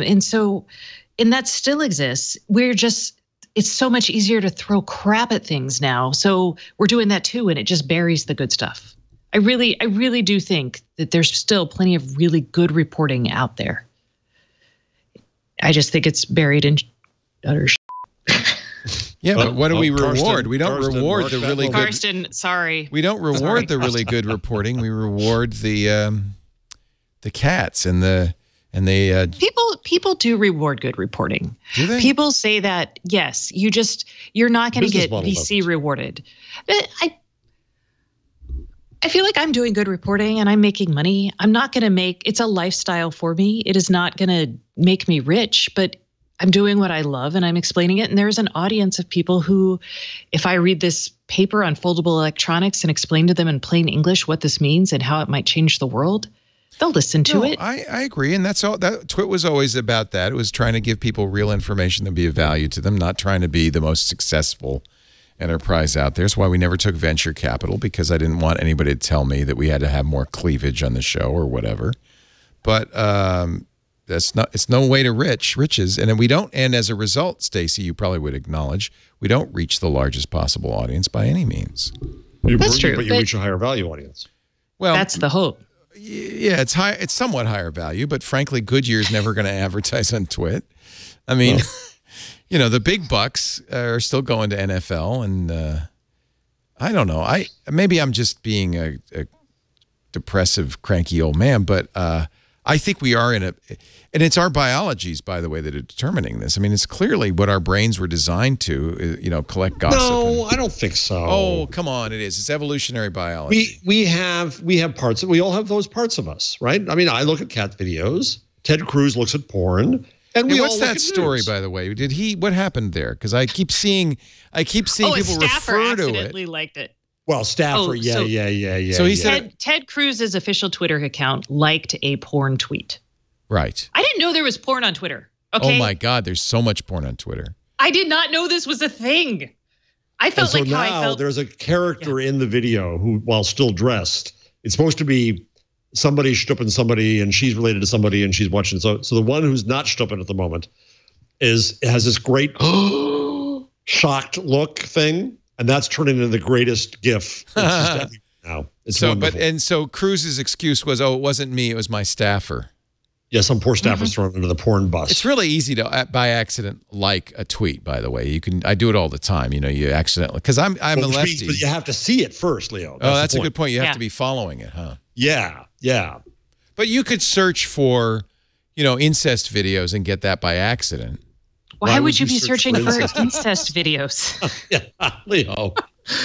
It happens. Look, Leo, there's me who literally had no idea there was porn on Twitter. Well, there's a whole you're such a good girl, Twitter. Stacey. There's lots of other Twitters. There's so many Twitters. That's one of the most interesting things. My favorite Twitter is Black Twitter. It's fabulous. Absolutely. It's fabulous. It's the best Twitter of all. But I think that is one of the most interesting things about Twitter, isn't it? The subculture. Mm-hmm. Oh, you want some good news, Leo? Yeah, you better, because I'm getting depressed. Google backs the Oxford comma. I call that great news. Well, who doesn't? Oh, I'm so mad. Who doesn't back the Oxford comma? What? Stacey, you don't? No, okay. Now I'm shocked. I feel that any writer is You can tell when you need an Oxford comma. I know people are always giving the same. That's true. You could tell when you need it. You could tell when and the rest of the time, it's each just shoots and leaves would be confusing. No, you use it consistently. That's the point of grammar, so that you know the meaning. No, I think Stacey's a more modern. I understand what you're saying, Stacey. You're saying you don't have to follow the rules. You have to be clear. You have to be unambiguous. You have to right. That's all. That's your only obligation. Stacey's ruining the language. That's what she's doing. I am single-handedly. Yes. I literally Oxford comma.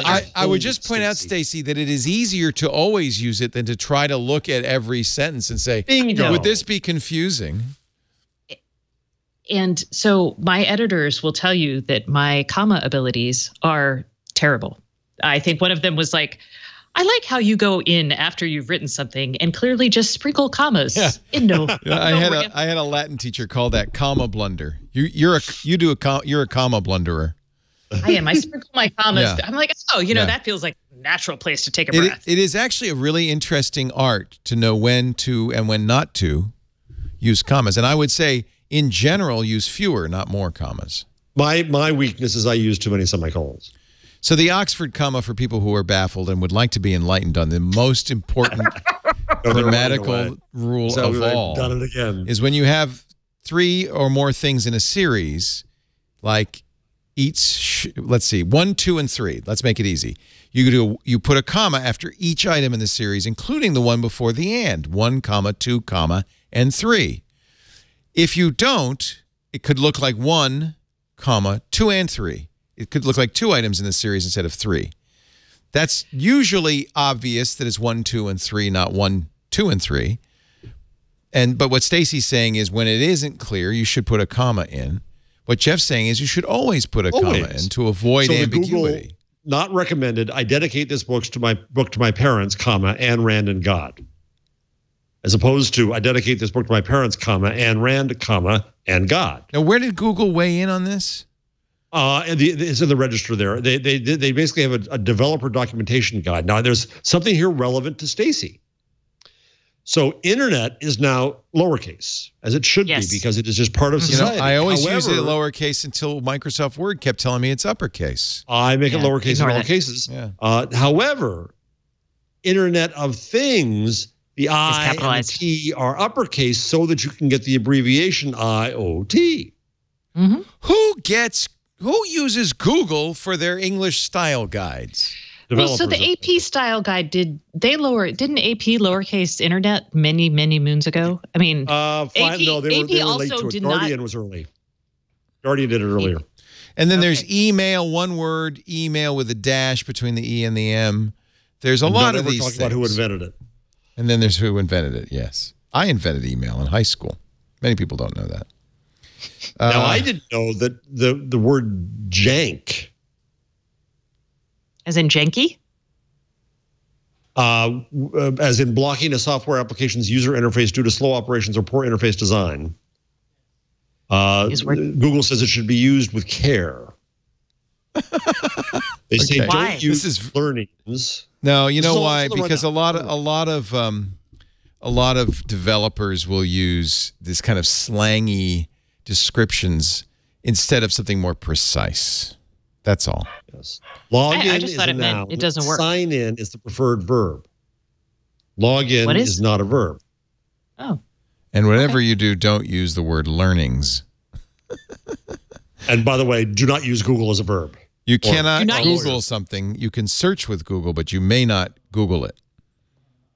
How about do not capitalize? No, not. Oh, never mind. Oh, someone's saying. How do we pronounce cash? It's cash. Now, is this for written or spoken word? This is written. This is the developer documentation guide here. Oh, okay. Now, the other one I like is interface, similarly, is not a verb. That's right. Damn straight. That's true. Preferred and verb partner is interact, not a verb. Talk, speak, or communicate. Partner is a noun, not a verb. All these people verbalizing. This probably wouldn't happen except this guide from Google, except they probably see so many god-awful. Oh, you can imagine. It must be horrible looking at So, this is the Google Developer Documentation Style Guide. It has goals and non-goals if you go forward to it. It doesn't apply to all Google documentation. Oh, yeah. So I guess you can use the not Oxford, the Stacy comma, as I'll call it in the future, elsewhere. By the way, this is an example of an article no normal person cares about in the least. We're talking about it as my fault. But it's written by a journalist whose stock in trade is whether to put a comma after the second item in a serial or not. Oh, and so, if you want to see like our Slack channel, if the Oxford comma was mentioned anywhere, yes, only journalists. Actually, journalists and people who care about grammar. I've had arguments with non-journalists about this. I'm a bit of a grammar We'll really Nazi. dig into this. This is fun for developers. So if I go to the anthropomorphism link on the developer documentation style guide, not recommended, the PC sees a new device. Recommended, the PC detects a new device. Oh, screw that. I think you could say sees. I don't have a problem with that. That's interesting that they take the source to do that. Huh. That's kind of fun. Where did you put a link in there? I want to see this. It's in the Google open source blog, Making the Google Developers Documentation Style Guide public. You can now use it for open source documentation projects. It's developers.google.com/style. Nice. Yeah. But I still would stick with the guides. AP style guide. Okay. I'm actually okay with that, actually. And they even quote George Orwell saying, break any of these rules sooner than say anything outright barbarous. Here's one. There's a word list. Abort. Don't use. Instead, use words like stop, exit, cancel, or see, end. that's political. That's not. That is, isn't it? That's political. Access as a verb. Avoid when you can. In favor of friendlier words like see, edit, find, use, or view. I couldn't agree more with that. Yeah, but access has a particular meaning in computer talk. I don't care. It's not English. Technical writing is a little bit different than writing prose, standard prose. Well, that's what academics say, too, and they're wrong.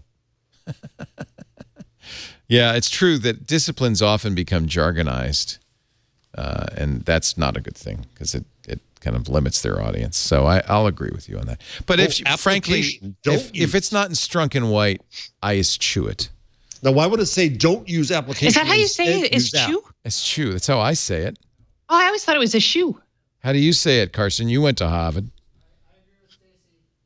Well, you're both wrong. It's eschew. Just look it up in the dictionary. Okay, I mean, Google. No, I got it right here. How do I Look, pronounce he just doesn't want to eschew? show it. That's pronounced a shoe. A shoe. No, she's wrong. Look it. Wait, Eschew. Here, play my audio. Eschew. Eschew. Eschew. Eschew. Okay, Google. How do you Eschew. pronounce eschew? Don't ask her that. Now make it pronounced cuneiform. Yeah, okay, so we had this debate.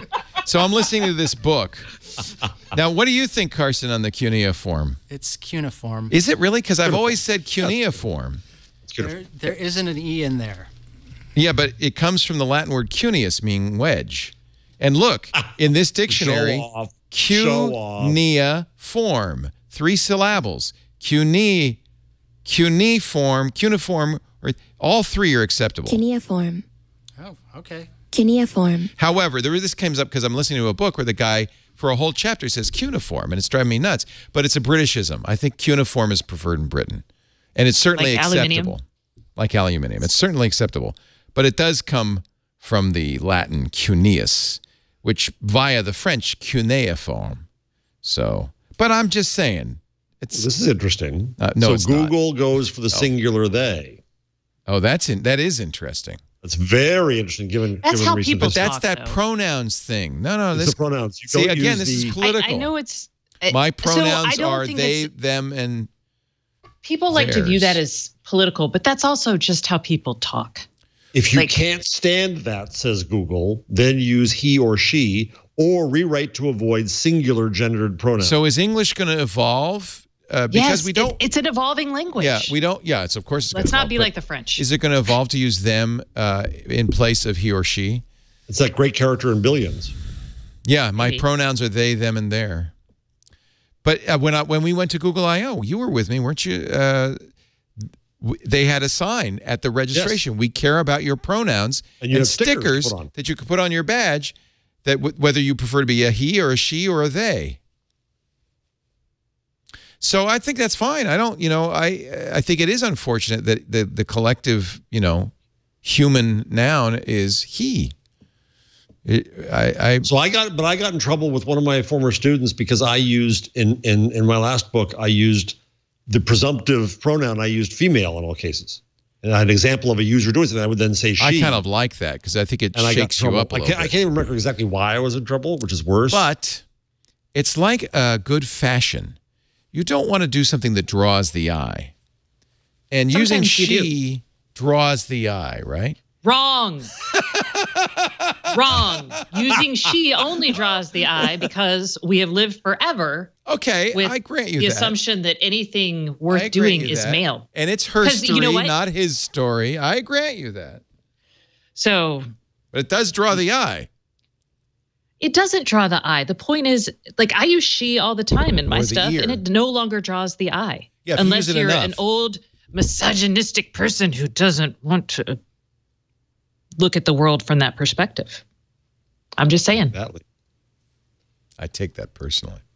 I feel very strongly about this. I think people who I'm with you. I'm like, and it's more than just a choice of words. It really does precondition the mind to think that all men are all doctors are men, and all nurses are women, and all of that. And so I think it is important, but we have yet to come up with a felicitous solution because I think they is also it's ugly to me. What people use. Yeah. Okay. I'll get used to it. I rewrite sentences where possible where the plural fits. Or that's a good way around it, right? Yeah. That's a good way around it. I use he or she, but I also will, if it's a case of I'm presuming a person, so I'm not using it as a non-specific. I have a person, I presume that person is a woman. By the way. Unless, one exception, important exception. When discussing trolls. They're always he. They are he.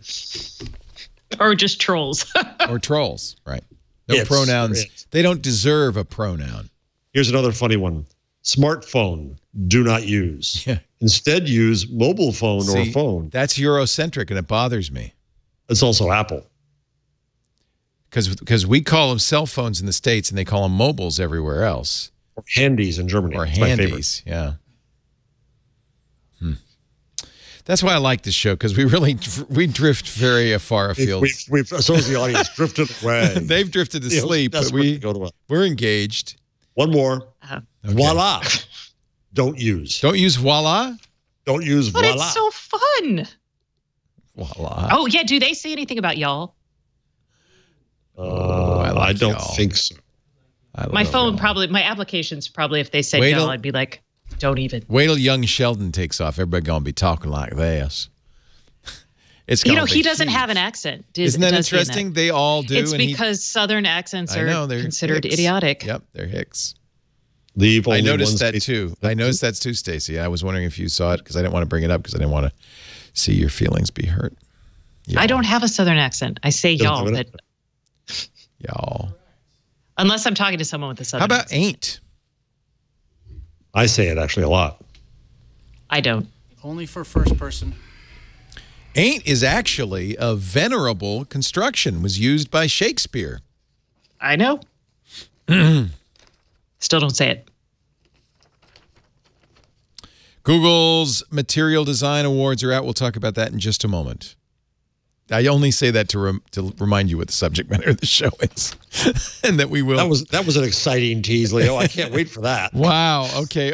I can do better. From grammar. I was like, Material Design Awards. I can do better today. I can do better. Wait a minute. Needs a vacation, people. Let's talk about Blueborn or something. Blueborn and why everybody who uses Android should quickly update. Freak out. Our show today brought to you by My Doorbell. I do not have to freak out when I hear my doorbell ring. I know. The Ring Video Doorbell replaces your regular doorbell, pairs to your internet, has a camera, HD camera on it, microphone, speaker, and motion sensors.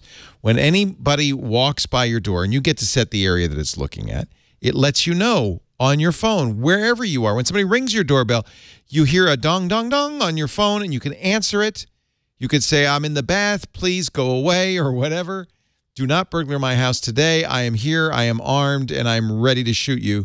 And that will work because bad guys don't want confrontations. They just go on to the other house, the house without the Ring video doorbell. Now Ring has expanded their line. They've got new doorbells and the new floodlight cam. It's a motion-activated camera and floodlight. Same thing. Got a camera, speaker, microphone, motion sensors. There's a few extra little things there. These floodlights go on when they detect motion. You could speak to the intruder in your yard, whether it be a raccoon or a burglar. And if it doesn't scare them off when you say, hey, what are you doing there? You can press a button and a 110 decibel alarm will flood their eardrums and they will tear off into the night. I love it. The Wall Street Journal's Best of CES 2017. The Ring video doorbell, the Ring floodlight cams, the Ring stick-up cam. Go to right now, ring.com/twig. You can save up to $150 off a Ring of Security kit. And if you already have a Ring, and I know most of you do, get one for family members, for friends, for parents. Help them protect themselves. Ring.com/twig. Up to $150 off a Ring of Security kit. We thank Ring for their support of This Week in Google. They had a massive booth at CEDIA. I bet they did. They're right up in they're front. big. And what's great is they're taking the money and they're creating new products, which I love. Jamie's really a smart guy, I think. Like their alarm system? Oh, I didn't hear about that. Oh, yeah, they're going to have an alarm system. He advertised on my show for CEDIA, and he talked about it. But There's a lawsuit with ADT. They bought Zonoff a while back, and the reason why is because they're building an alarm system. Oh, Are they public? How can ADT sue them? Because, oh, God, it's so messy. You just don't even want to go there. So ADT, they're suing them because they hired everyone from a company that ADT invested in, and they're alleging, I don't remember all the allegations. Stuff. Yeah, I get it. Stealing stuff. Let's put it under the stealing stuff category. Stealing innovation. So CEDIA is the International Trade Association for, well, it used to be home theater installers.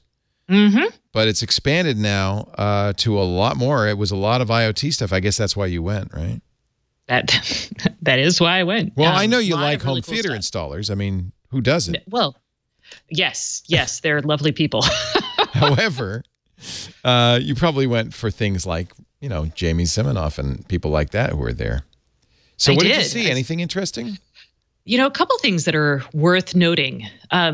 First off, guys, I saw these gorgeous back-mounted OLED screens encased in glass. This is from LG. I think I put a picture. I think it's the picture actually under my podcast. Did that publish yet? Yes, it did. The CEDIA podcast that's up on my site. So you can see a picture of it because it's freaking gorgeous. But it's $20,000. So we're not going to get that anytime soon. How big is it? I don't remember. She's gesturing. It's very big. It's large. That was Stacy's very big sound. There it is. So, I mean, you can see there's a guy kind of in the background. He's probably about 3 feet away. 7 feet tall or something. Sorry. Yeah. Well, no, it's not 7 feet tall. It's 18 feet tall. It's about, well, let's see. It's probably 5 feet tall. Yeah. I mean, because it's off the floor, I feel like when I looked at it, my eyes were a little like at her nose level. What makes that so special? Because it's gorgeous. Look how it's embedded in that glass. It's back to back. It's just a wonderful way of framing a television. So this is for high end, and it's moving image. It's for display. It's for display, high end retail display. Yeah. But imagine that in landscape. I'd hang that, on my wall. Oh, there's some gorgeous TVs out there, I have to say. I have an LG 4K TV. I love it. But there were lots of really cool other things that I saw. A lot of energy management systems. That's really getting hot, which is kind of exciting. Things that let you plug your generator. Plug your generator. Is that the word I meant? Sorry. You plug things into your breaker panel and then connect it to a battery. And then you can actually allocate during a power outage what gets to suck juice. And you do it from an app as opposed to having to hardwire things. I need that because I want to get a power wall. If you had a power wall, then Actually, you can do that with your Tesla because a Tesla is a power wall on wheels. Right. And you can use an inverter to use the Tesla to power your house should the power be out. I just need the whatever that doohickey is. And do you also, but so you don't power the entire house, Stacey? Are you saying that you need smart plugs? Well, no, if it's tied into your breaker system, your breaker will just turn things off. Oh, but our breaker system is, I mean, good God, the weird things that are connected to each other in this house. Right. There's Well, no order and again, to it. this is why this was at a professional installer show. This is not something I recommend you install yourself on your breaker. Oh God, no, not me. Hey, breaking news. Martin Shkreli going to jail after his Facebook post about Hillary Clinton. A federal judge revoked his $5 million bail. He's the former hedge fund manager convicted of defrauding investors. He was the Pharma guy who raised the price on the pill to a lot of money. And he's trying to sell the Wu-Tang Clan. Yes, CD he bought an exclusive one-time only copy of the new Wu-Tang Clan album, and now he's selling it on eBay, saying I kind of really didn't listen to it that much. I need the money. While awaiting sentences, Shkreli has. Am I saying his name right? Shkreli. That's the worst name. Shkreli. That's why he's like this. Has harassed women online. Prosecutors argued. Even offered his Facebook followers $5,000 to grab a strand of Hillary Clinton's hair during her book tour. He faces. Was it grab a strand or yank her by the hair? Oh, that's nice. That's good. His bond has been revoked, and the district judge Kiyo Matsumoto said he does not need to apologize to me. He should have apologized to the government, the Secret Service, and Hillary Clinton. This is a solicitation of assault that is not protected by the First Amendment. He was taken into custody immediately after the hour-long hearing. He will remain jailed until his sentencing hearing later this fall. So he was out on bail, but that bail has been revoked. Wow. I don't feel bad about that at all. He is really a douche. Yeah, well, I was thinking of a word beginning with D, not quite that, but I'm not sure if Carson, can I say that? I'm sorry. I've said it already. It's French for shower. It's okay. I'm going to France. I need to bone up on my French. Où est le douche? Pardon, monsieur. Où est le douche? Prendre a douche. Prendre a douche. Shkreli's attorney says, in this current political climate, dissent has unfortunately often taken the form of political satire, hyperbole, parody, or sarcasm. While we do not condone his comments, his constitutionally protected political hyperbole does not, that's what I do. Constitutionally protected political hyperbole does not rise to the level of making him a danger to the community. Yes, but inciting violence makes others a danger. Well, and think about what happened with, Gabby Giffords getting shot, and think about Republicans. Good. Even that crazy Democrat guy who went and ran out and shot Republicans, or actually I'm listening to Hillary Clinton's book right now, and when who said, I hope the Second Amendment people take care of her. Oh, that's terrible. That's terrible. By the way, really created pro tip. Yeah. What happened? No, I'm just saying what happened? You got Audible. She reads it, which I love. Yeah. But you got to go to 1.5 speed. Yeah. Yeah. They have her talk very slowly. I'm sorry. I was just thinking of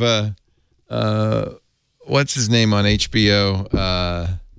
Bill Maher's comment that anybody who hates Hillary Clinton must have been molested by a real estate saleswoman when he was young. I don't know. It just made me laugh. I don't know. Yeah, let's not do the material design stuff. Let's just not do that. Sorry, it's actually really boring.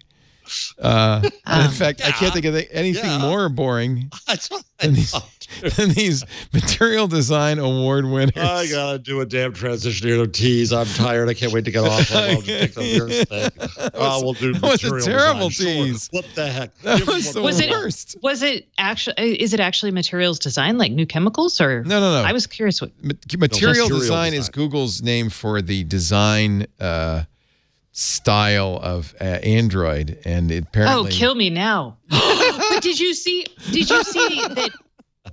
This is only funny because it's a hilarious journalism story, probably. Yes. But Fortune got a story about Google expanding its offices because their real estate developer emailed, or someone in the company emailed a Fortune reporter as part of an email thread on Google buying these new office buildings. So one, Google's expanding and like buying $275 million worth of real estate.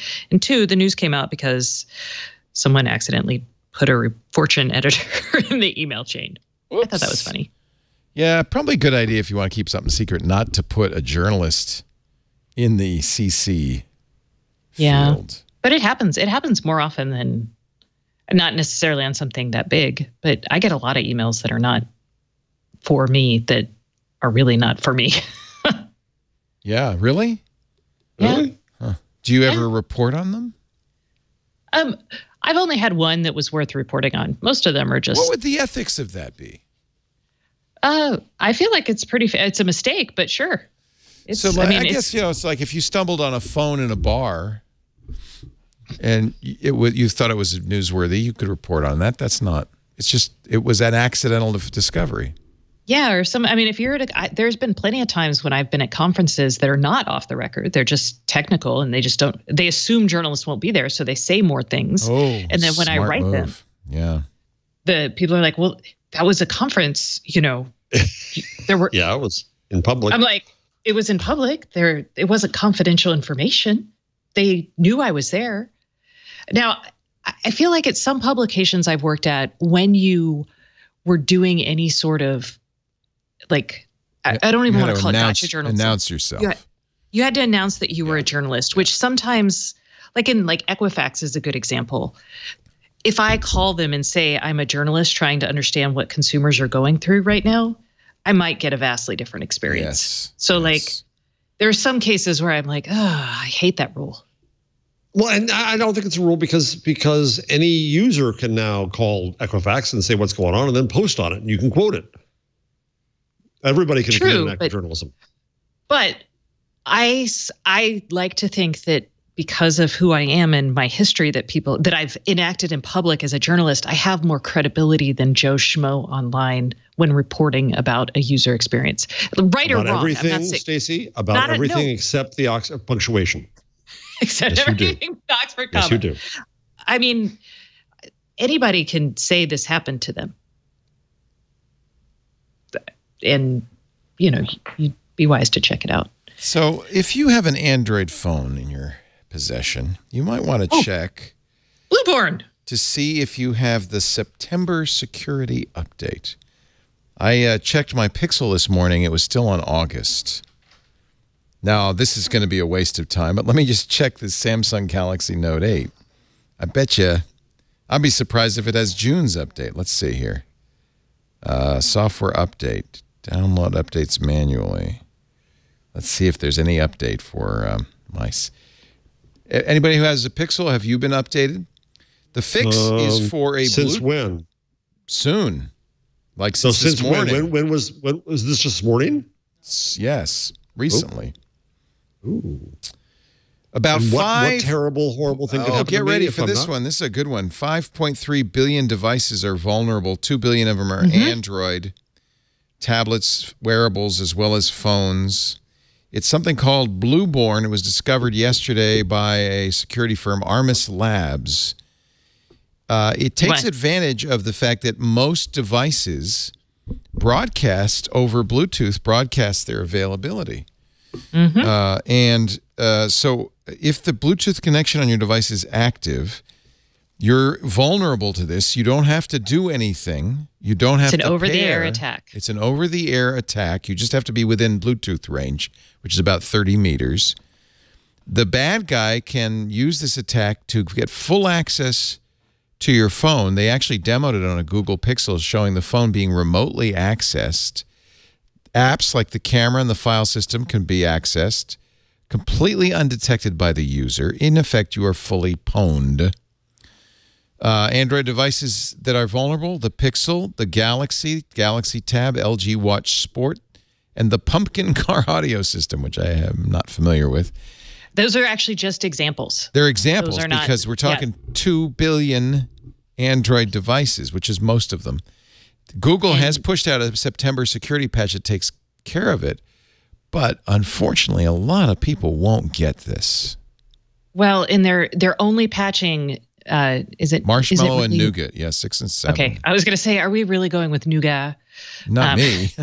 Okay, I'm in America. Oreo doesn't need it. Oreo doesn't need it. No. That's a good question. Does Oreo need it? I don't know.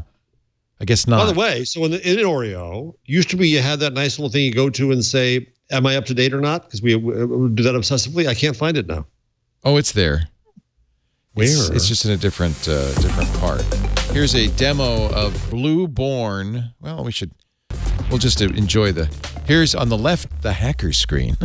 On the right, the device screen. The hacker, wily hacker, is launching his Python 7 script. His I really feel bad for hackers trying to make this interesting. Done within 30 seconds. 1 attempt, 1 success.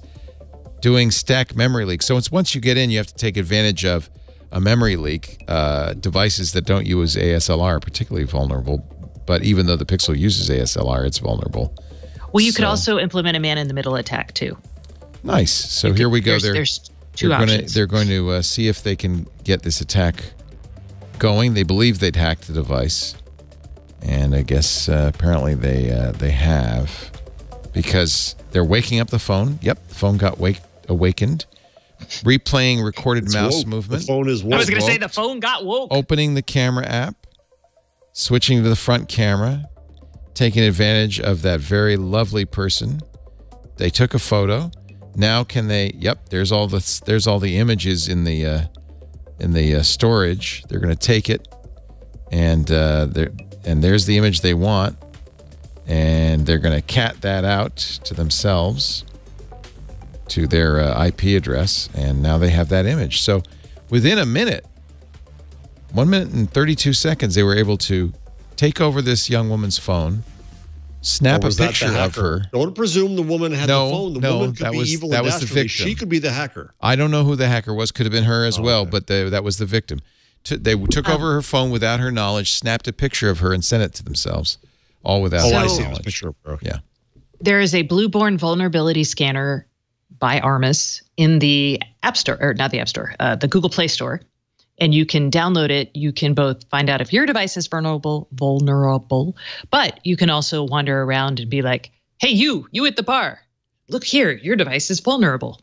You can make lots of friends. Yeah. What am I supposed to do about that? Oh, there's nothing you can do. I just want to let you know. Oh.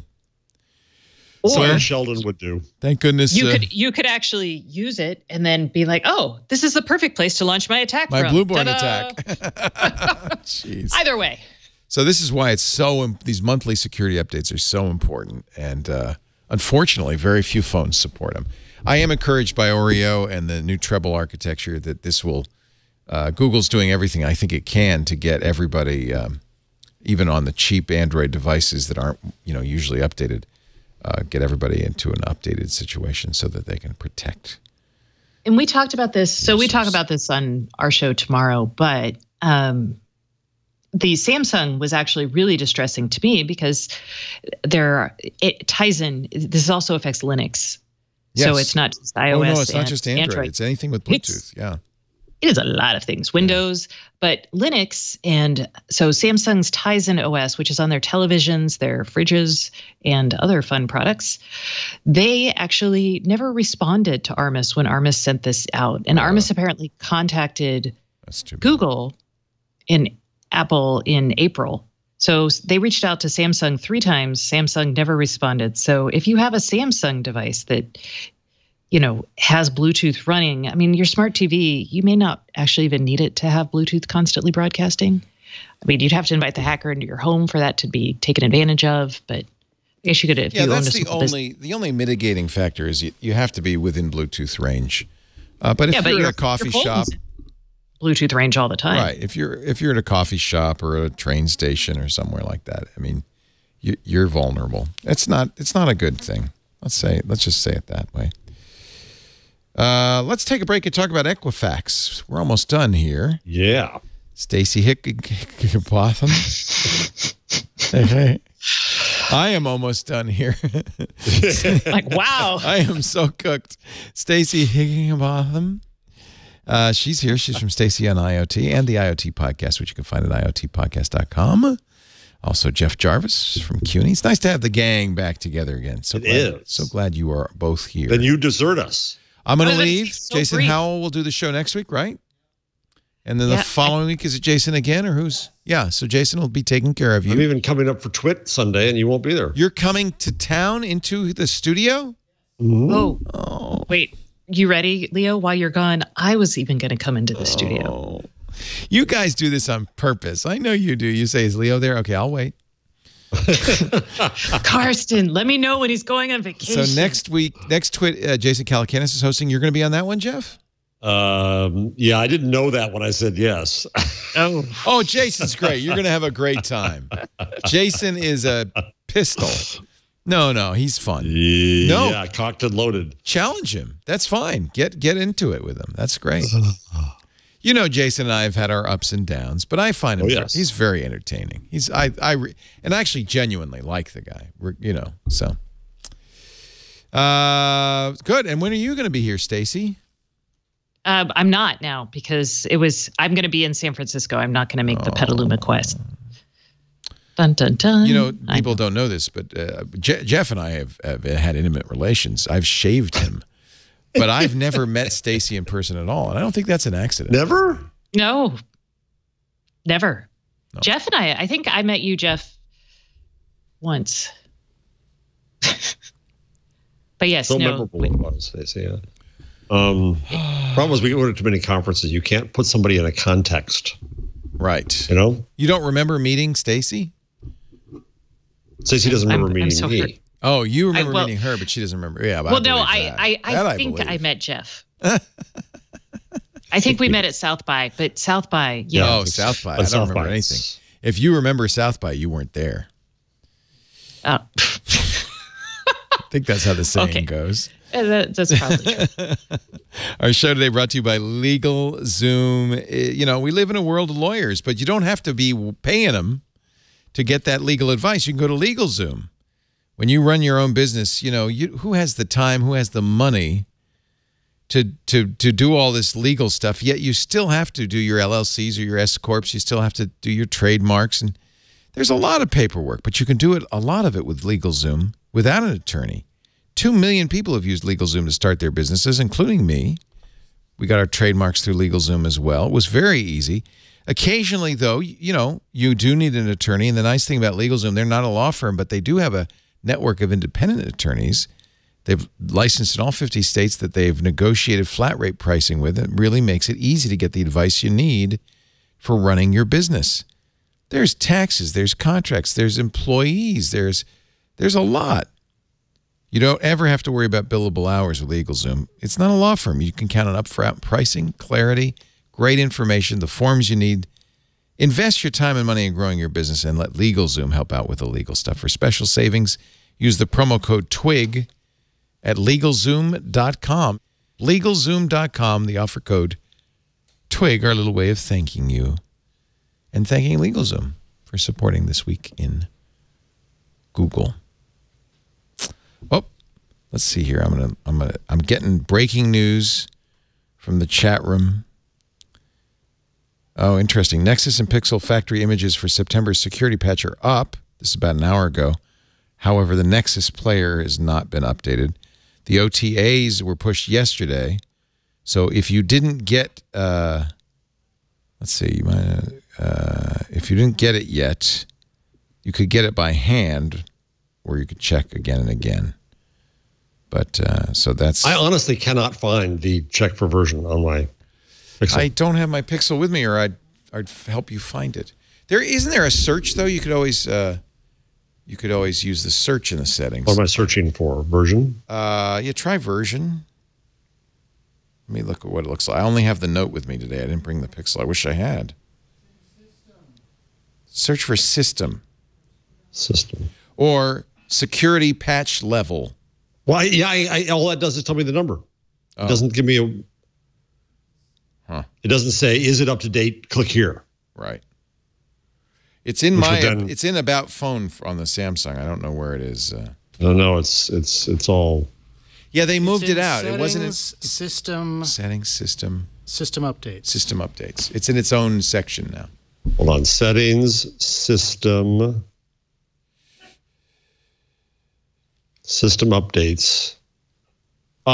Check for update. Thank you. Good work, man. That's why you have the guy from the Ivy League there. Ivy League. Got to have a Harvard man ready at any time. Were you in the... Here is now installing the update. Oh, good. Yay.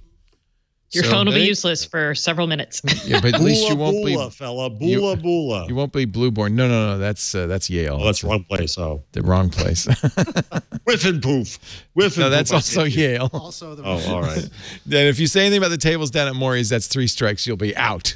Let's talk about... 1%. 1%. Rah. Yes. White privilege is us. Let's talk a little bit about Equifax, shall we?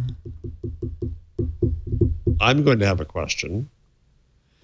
Ask me. I love Brian Krebs Brian's been covering this so well in his Krebs on Security. The latest from Brian Krebs is that he checked out the Argentinian affiliate of Equifax. And it's so funny. This actually his information comes from Alex Holden of Hold Security.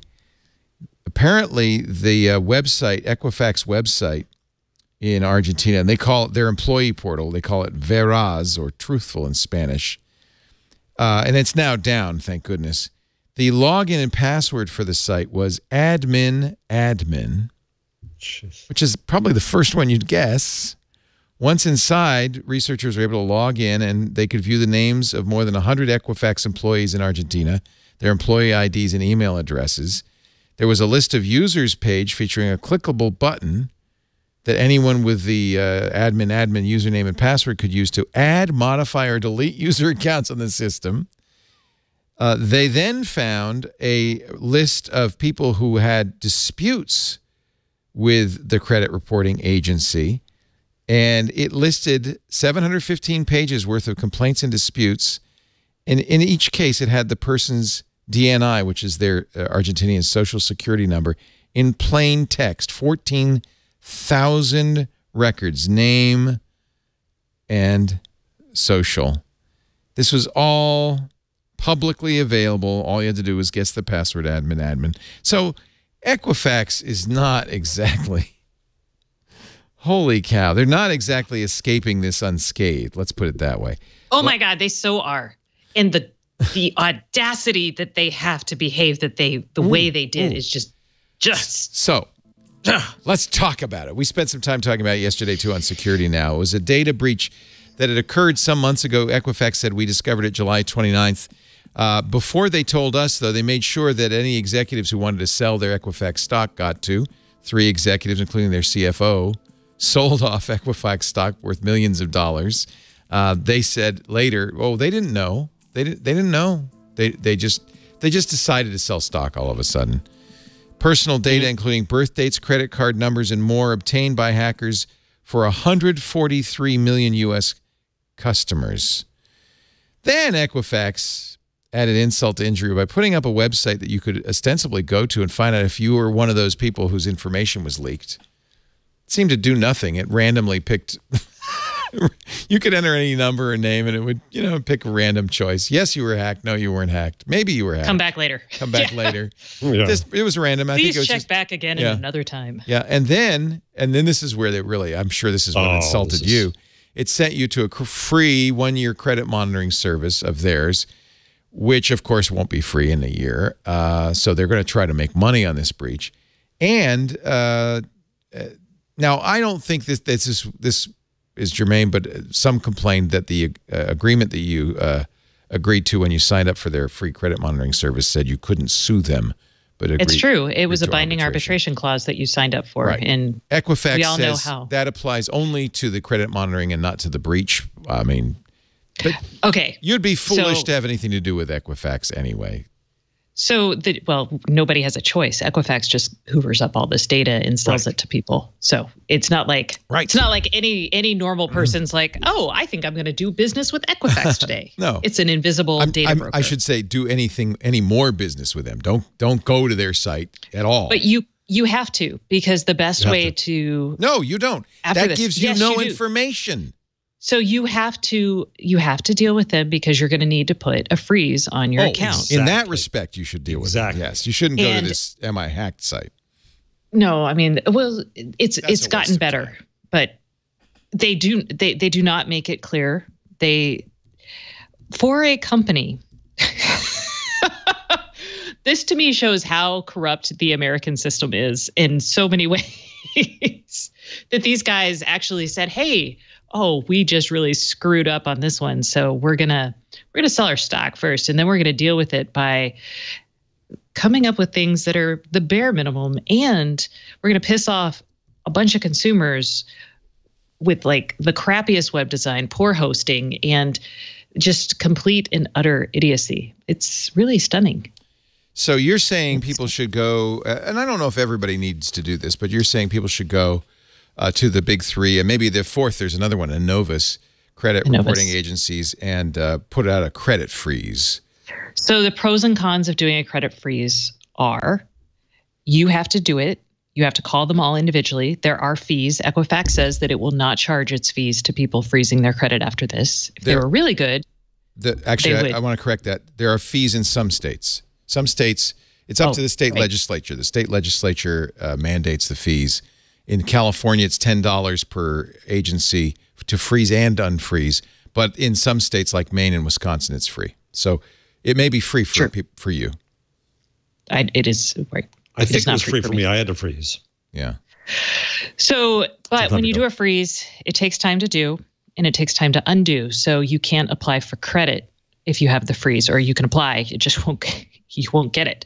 And a notable thing is, this iPhone coming out. I believe the Apple monthly payment program. So sometimes your cell carriers or to buy a phone. Yeah, a lot of times people pull credit reports that you don't even know. If you're applying for a job, that may happen. But if that's you're renting an less apartment, concerning. That may happen. Yes. And yes, cell phone companies very routinely pull credit history. So, and if you undo your freeze, you're going to have to pay sometimes, not everyone, to put it back on. So this is terrible. It's non-trivial.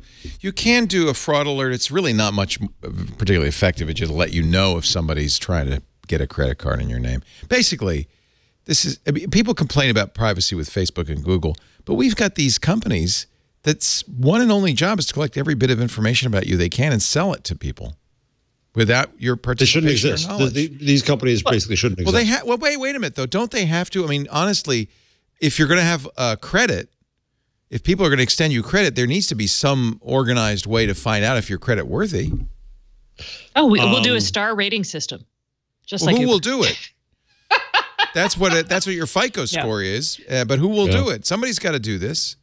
And by the way, you agree to it every time you take out a loan or you get a credit card. In the fine print, it says you agree that we'll submit every bit of information about you, including your payment history, to Equifax, TransUnion, and so this is an area where regulation is important because clearly, I agree. The way we have set up our economy around credit, it has become a valuable tool, and you have to regulate these. And what's astonishing to me is the lack of regulation for something that actually Congress has given a lot of, what's it called? When you talk about something but you don't do anything about it? Lip service. Lip service. I was like, lipstick on the pig. They've given a lot of lip service to this. They've held actually a lot of hearings about it. And every time the rules come in weaker than expected. It's ironic, but Equifax was lobbying hard and paying a lot of money to campaign funds to get this Consumer Financial Protection Bureau dismembered and to change the rules so that they weren't as accountable. I mean, they hate this. Because the bare minimum that they have to comply with today is so inconvenient to their making gobs of money without any sort of responsibility or accountability, which is, I'm not going to get on this because it is not. Anyway, okay. That's the Equifax story. So here's my question. And I've said this on the show before, but I still don't understand. aren't we looking at this the wrong way? We know there are going to be breaches of data. There have been breaches of data. Half of America is now breached. There's going to be breaches of data. The problem is the other end of it. People with that data should be able to do nothing with it, which means that what we have to fix is transactions. Blockchain. Blockchain, two-factor, call it what you will, but that the one way or the other, we've got to change the transactional structure so that if you have my name and social security number, who cares? You can't do jack with it. Birth date, mother's maiden name, right? Obviously, there's problems for phishing. Obviously, there's problems where you can fool an individual. Obviously, an idiot on an important account can have a bad password. That's always going to be true. But even then, if you have two-factor, if you have other structures, if you change the level of transactional security, Leo, I wish Steve were on because he knows a lot more about this than I do, but you're the next best thing. Yeah, I mean, so I've pulled up a paper from the Federal Reserve Bank on the history of credit reporting. We haven't always had these credit bureaus. In fact, they didn't really begin until this century. The credit reporting industry started in the 50s and 60s, and it was very industry specific. So a banking industry would have somebody kind of compile files on people. By the way, they would look for newspaper clippings about arrests or promotions or marriages and deaths, and they would be attached to a consumer's credit report. It wasn't until the 70s that an industry, this Equifax, TransUnion, Experian industry began. And the passage of the Fair Credit Reporting Act in the 70s did actually, as you know, I mean, we have a lot of protections with these agencies. We can see our credit history. We can ask for our credit report once a year for free. We can amend it. We can put notes on it. We can ask for it to be corrected. They stopped putting marriages, promotions, and deaths in the file. They were limited on what they could collect. Experian was originally TRW. You know that name. TransUnion, and then Equifax, all kind of were created in the 70s. I think you need something like this. Credit is, I mean, really important. It's actually one of the great inventions of capitalism. It wasn't. I'm reading a book about this, and it was fascinating that in the Middle Ages, remember, it wasn't considered reputable to lend money, right? Because there was no expectation of growth. It was felt that it was a zero-sum gain, and that anybody's success was at somebody else's detriment. They didn't understand the notion of value creation. So nobody lended money. It was Shylock, right? And it was usurious rates, and it was it was a Christian thing. It was it wasn't considered Christian to do it. Like, we had to make the Jewish people do it. The tribe was responsible for it.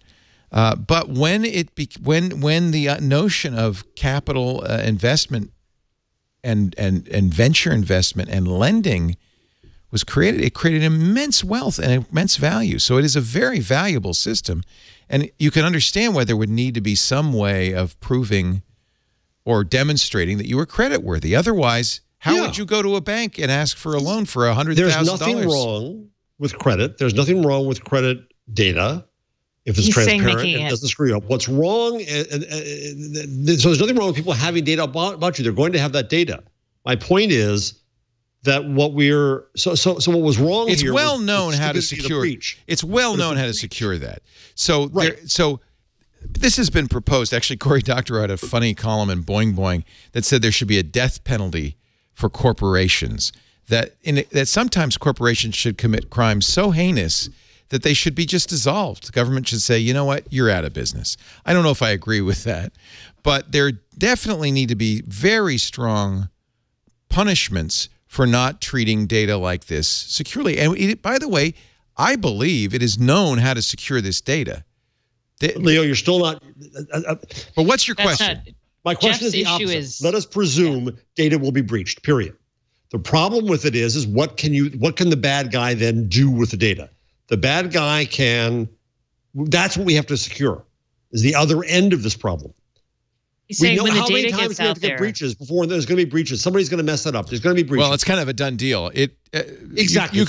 This is why you shouldn't go to the Experian website. You should just assume that your credit cards and your phone numbers and your socials. Why do we fear the data being out there? What can be done with that data?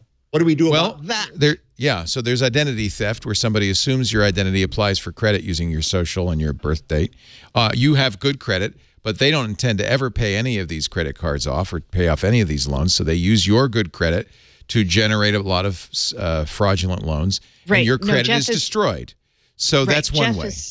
Jeff is saying he is asking what can be done to make this information, which today can be used to do all of that, useless. Worthless. So what do you add to it? So what do you add to the how do you add friction to the friction to the basically creation so better of a authentication systems would be good. Obviously, the government even says do not use your social for identification. But we've got a system where everybody does that, right? So that is a number that is difficult to change. By the way, your fingerprint is impossible to change. It is also now being widely used for identification. Both of these are very bad ideas, but I'm not sure if we have any better ideas. By the way, authentication is the #1 issue in finance, in everything, is proving you are who you say you are. It's why passwords don't work, because that's an authentication system. It's why we've got this problem, because it's very difficult, absent an in-person meeting, and even then, you can impersonate me. It's very difficult to authenticate somebody's identity. I don't know. You would chip them? I don't know. There is no system. Not even authentic. So can we add like two-factor to it? So I apply for a credit card, and this actually happens when you implement a credit freeze. You actually have to call them ahead of time. They run the credit card report, and they actually will call you again and say, "Hey, this happened. Was it you?" I think it's very hard to think. I understand your question. I just think it's very hard to think of a system of perfect authentication, because that's what you need. But better. Oh, you don't need perfect authentication. You need multiple layers of imperfect authentication that together cover the CYA and increase the cost and the risk for the bad guy. Where does that? It becomes not so let's say you say, I need you to have your social, and I need a fingerprint, and I need a password. Where is all that stored? There's going to be a central repository that's stored. That's the problem. Your authentic. That's the real problem, is that Equifax had your authentication information, all of it. I think there are steps that you can do. You can do things that you'd need 2 agencies, maybe 3. Yeah. And you'd have to hope that a bad guy didn't compromise all 3. Yeah. I mean, that is a lot harder. I mean, that's basically where all security needs to go, is recognizing that anything centralized will break. That's why blockchain is so interesting. I mean, Anyway, but my point is that authentication is, everybody knows this is the issue. Right. And everybody's working on good systems of authentication.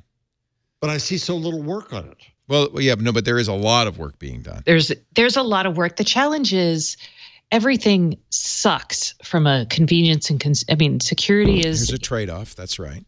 So, and then there's also standardization. You can't have something, you have to get it adopted by the entire industry. Here's what I would argue, and I think this is the argument this is the situation we currently live in. Doing it right is far more expensive than what we have right now, which is allowing a certain amount of fraud to occur. Well, it's the same reason banks don't really report breaches.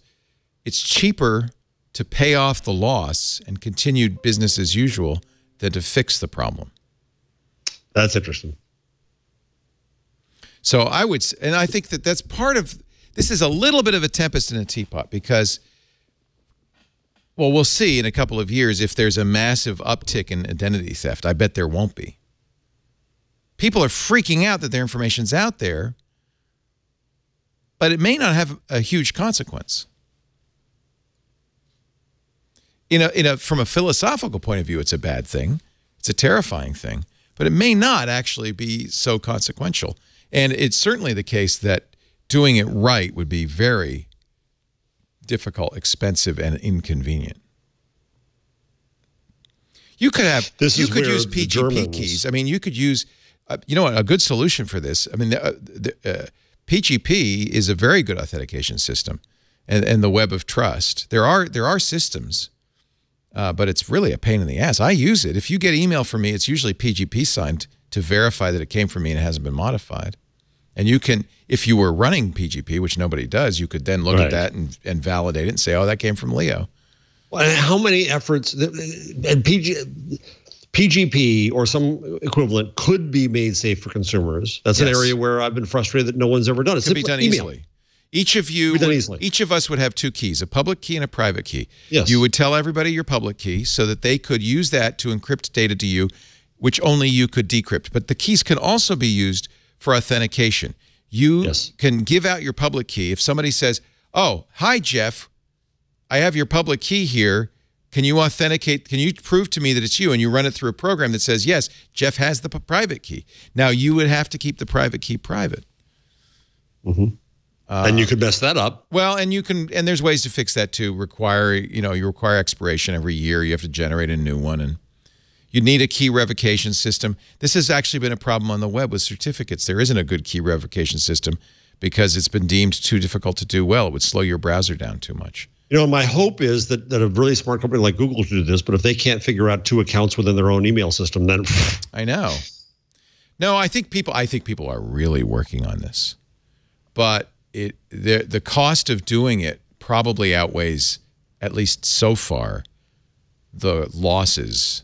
Okay, but here's one piece of that is that at some level, I as a consumer, rather than what do we have now? We have all these scary commercials on Sirius saying that your identity is going to be stolen and your mortgage is going to be stolen and everything. So there's a huge industry of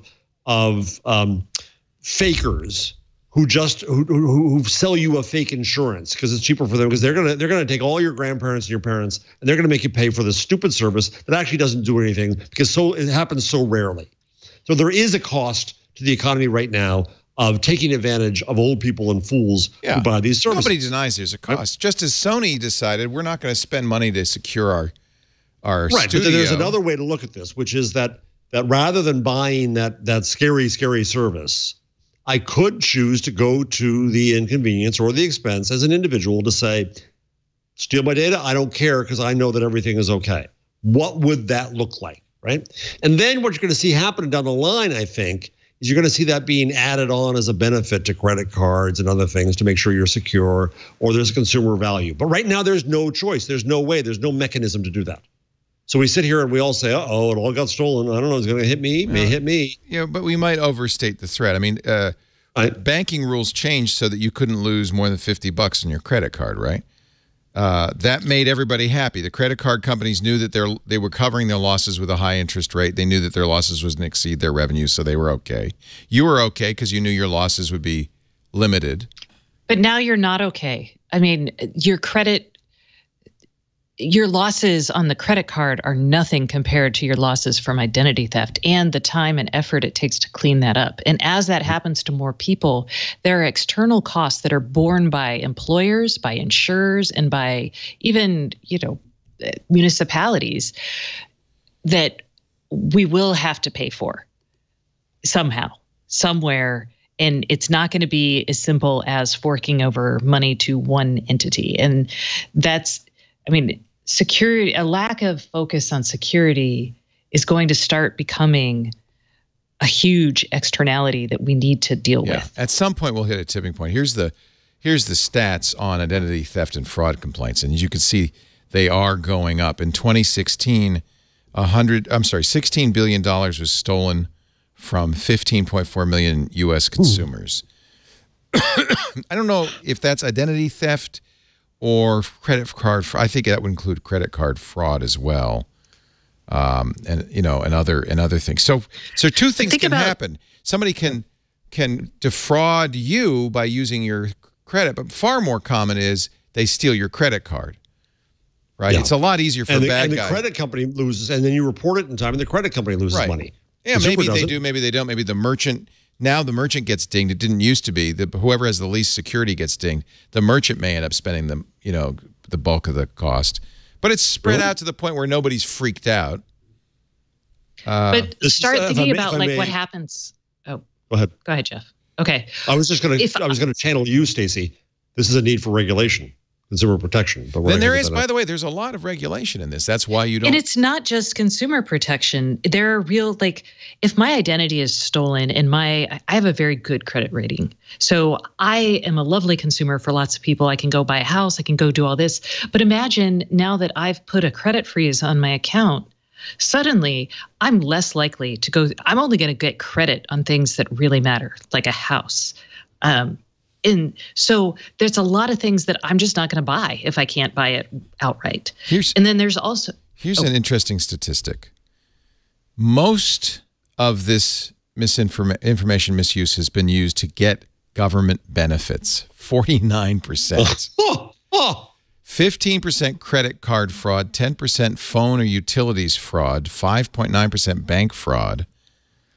Attempted identity theft, 3.7%. Loan fraud, 3.5%. So almost half is somebody just saying, "I want to get Social Security." Wait, is that someone's? So is that stolen from like buying it online, or is that something like? Because a lot of really crappy parents use their kids or use their kids' social. So that's a different type of security. I know. I don't know if this is complaints. Okay. This is based on the complaints. Got it. Identity theft and fraud complaints for 2015. So I would say if it's a parent stealing their kids' stuff, there probably was no complaint filed. But maybe the government filed a complaint eventually. No, the government can file a complaint, or I just. Taking someone's government benefits from a Social Security theft seems like, I guess it takes all kinds. It doesn't seem like it'd be super lucrative. Yeah, but I guess if you got a bunch of that's kind of, I guess what's interesting about these numbers is it's clearly not reached the level of concern yet, or we would do something about it. Yeah. I think we're getting there. I think we may be getting there. These breaches, but it's infuriating. Because Equifax had a higher duty to protect us and did not. Yes. They didn't even show much shame or regret or remorse. That's the worst of it. They didn't do their job. They had one job. If they're going to collect that information to protect the information, they clearly didn't do a very good job of that. But the consequences may not be, I think that's really what happens. Once the consequences of the financial industry is high enough, they'll figure out a solution. I think there are solutions out there. Interestingly, cybercrime complaints have actually been going down a little bit. They were higher in 2011. I wonder if that's because people. What is a cybercrime complaint? What does that entail? Internet Crime Complaints Center. I don't know what that is. Top 10 states by percent of U.S. cybercrime victims, 14% from California. I mean, that could be I sent somebody in Nigeria, my bank account, or it could be, that could be stalking someone on Facebook. I don't know. I'm what is a cybercrime? This page is from the III.org, the Insurance Information Institute, and a lot of these numbers come from reputable sources, including the Federal Trade Commission. So who's reputable anymore? I know. I know. Everybody's got an axe to grind. It's all fake news. Leo, it could be worse. Could be worse. We got to. I could be Denny. You could be Denny's. I could be eating the early bird special at Denny's right now. Yeah. In fact, I'm on my way. You have seen, haven't you? I have what? You haven't seen? No, what happened? Denny's has a new mascot. Oh Lord. Oh yeah, you. He's not named Leo, is he? No. It's worse than that. It's not on the rundown. Denny's mascot. Oh my God, like, it's a sausage. No, it's poop. Oh, it's a dookie. Yes, the entire internet is going crazy because Denny's mascot. Here's the tweet. Poop. The Denny's turd is here with lunch. Oh Lord. Oh, Denny's. That's even worse than Bodega. What is it supposed to be? I have no idea, but it's a turd. You can't not see the turd now. It's a turd with a megaphone. It's got to be a breakfast link, right? It's a breakfast link. Oh man. Actually, he's been around since 2014. Oh, yes? Yeah, but the social media stardom just happened. Just hit. Oh well, just hit. Oh boy. See what happens. Wow. Well, I've learned something today. I don't know what it is. I can bring the show down anytime. It could be worse. He could be named Little Leo. Yes. The missing link. That's pretty funny. He's this spring he introduced Denny's on demand. His name is Sausage. Really? Yeah. You want to watch the video? Nope. I want to get to our things because I am hungry and I have to go to the bathroom. All right. It says you're about to lose your. Well, I thought you were going to lose your appetite here. Well. Nope. Before, okay. Let's do it. Why don't we do it? Stacy, what is your thing? Wait, do you have an ad? No, I did the ads. Oh, okay. Three? Well, hot diggity. I'm all caught up. All three of them. All right. I can't find the link to it. But this is, now I'm not prepared. Oh, I was not ready for such a quick transition. All right. I was going to make my thing the Note 8, but I guess I've kind of already talked about it. The only flaw at all is the weird fingerprint reader, but it's a beautiful phone. Yeah, okay, second flaw, you're right. It's tall. It's weirdly tall, but much like the Samsung Galaxy S8. In fact, it's really pretty much identical to the S8 Plus with the exception of a dual lens camera, which is quite good. And it has the zoom, just like the Apple iPhone 7 Plus, and a stylus that lets me write down, notes even without unlocking the phone. I'm a Note fan. I have been since day one. It's got a Type-C charger, and it has a headphone jack. And I'm going to take it to Europe with me, even though I can't use Google Fi with it, which is too bad. Wish I could. Aww. Wish I could.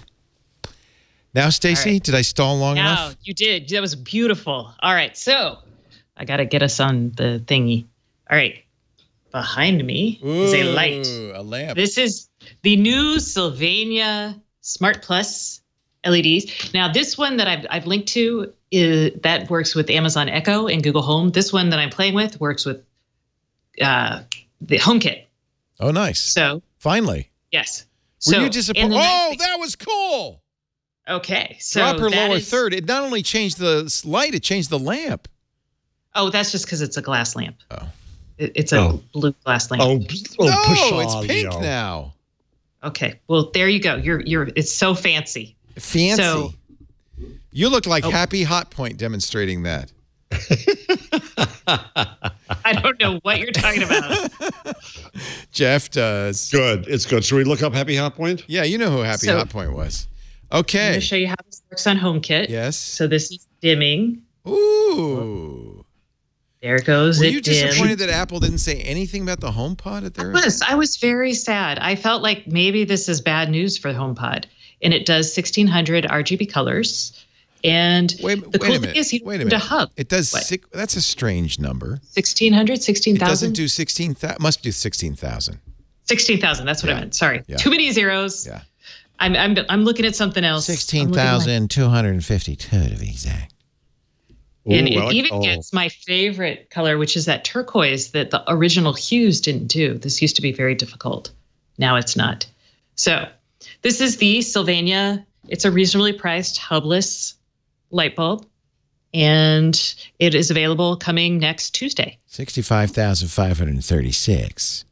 2 to the 16th colors. That's my guess. Could be just 1,600. I don't know. And you can control it via Siri.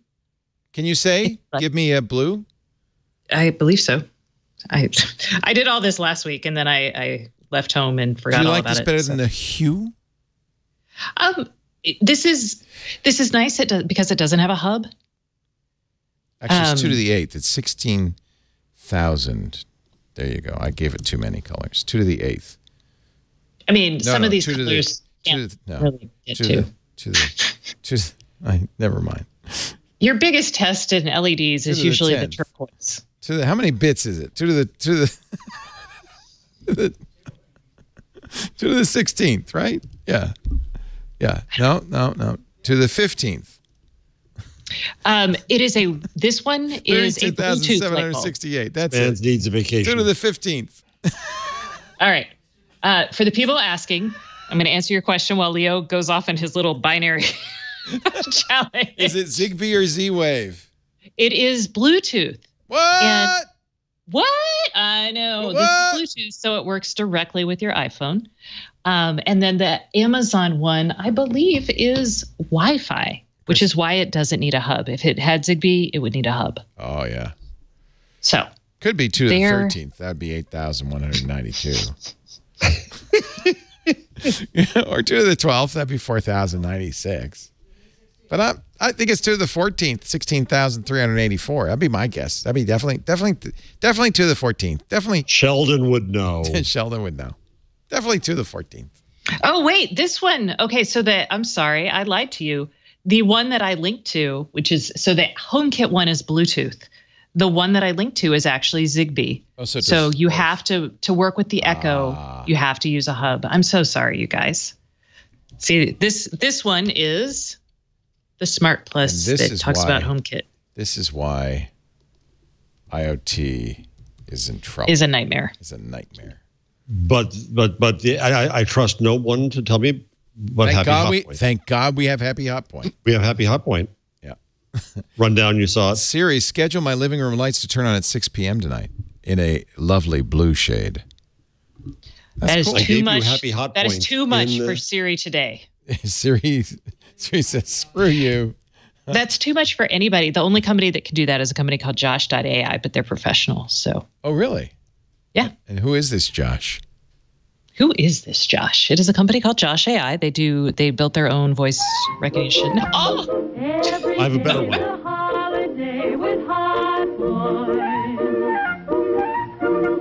The dishwasher stopped all your dishwashing drudgery. Now, Stacy, do you know who that is? It's someone you know. Patty Duke? Nope. Close. All right. Close.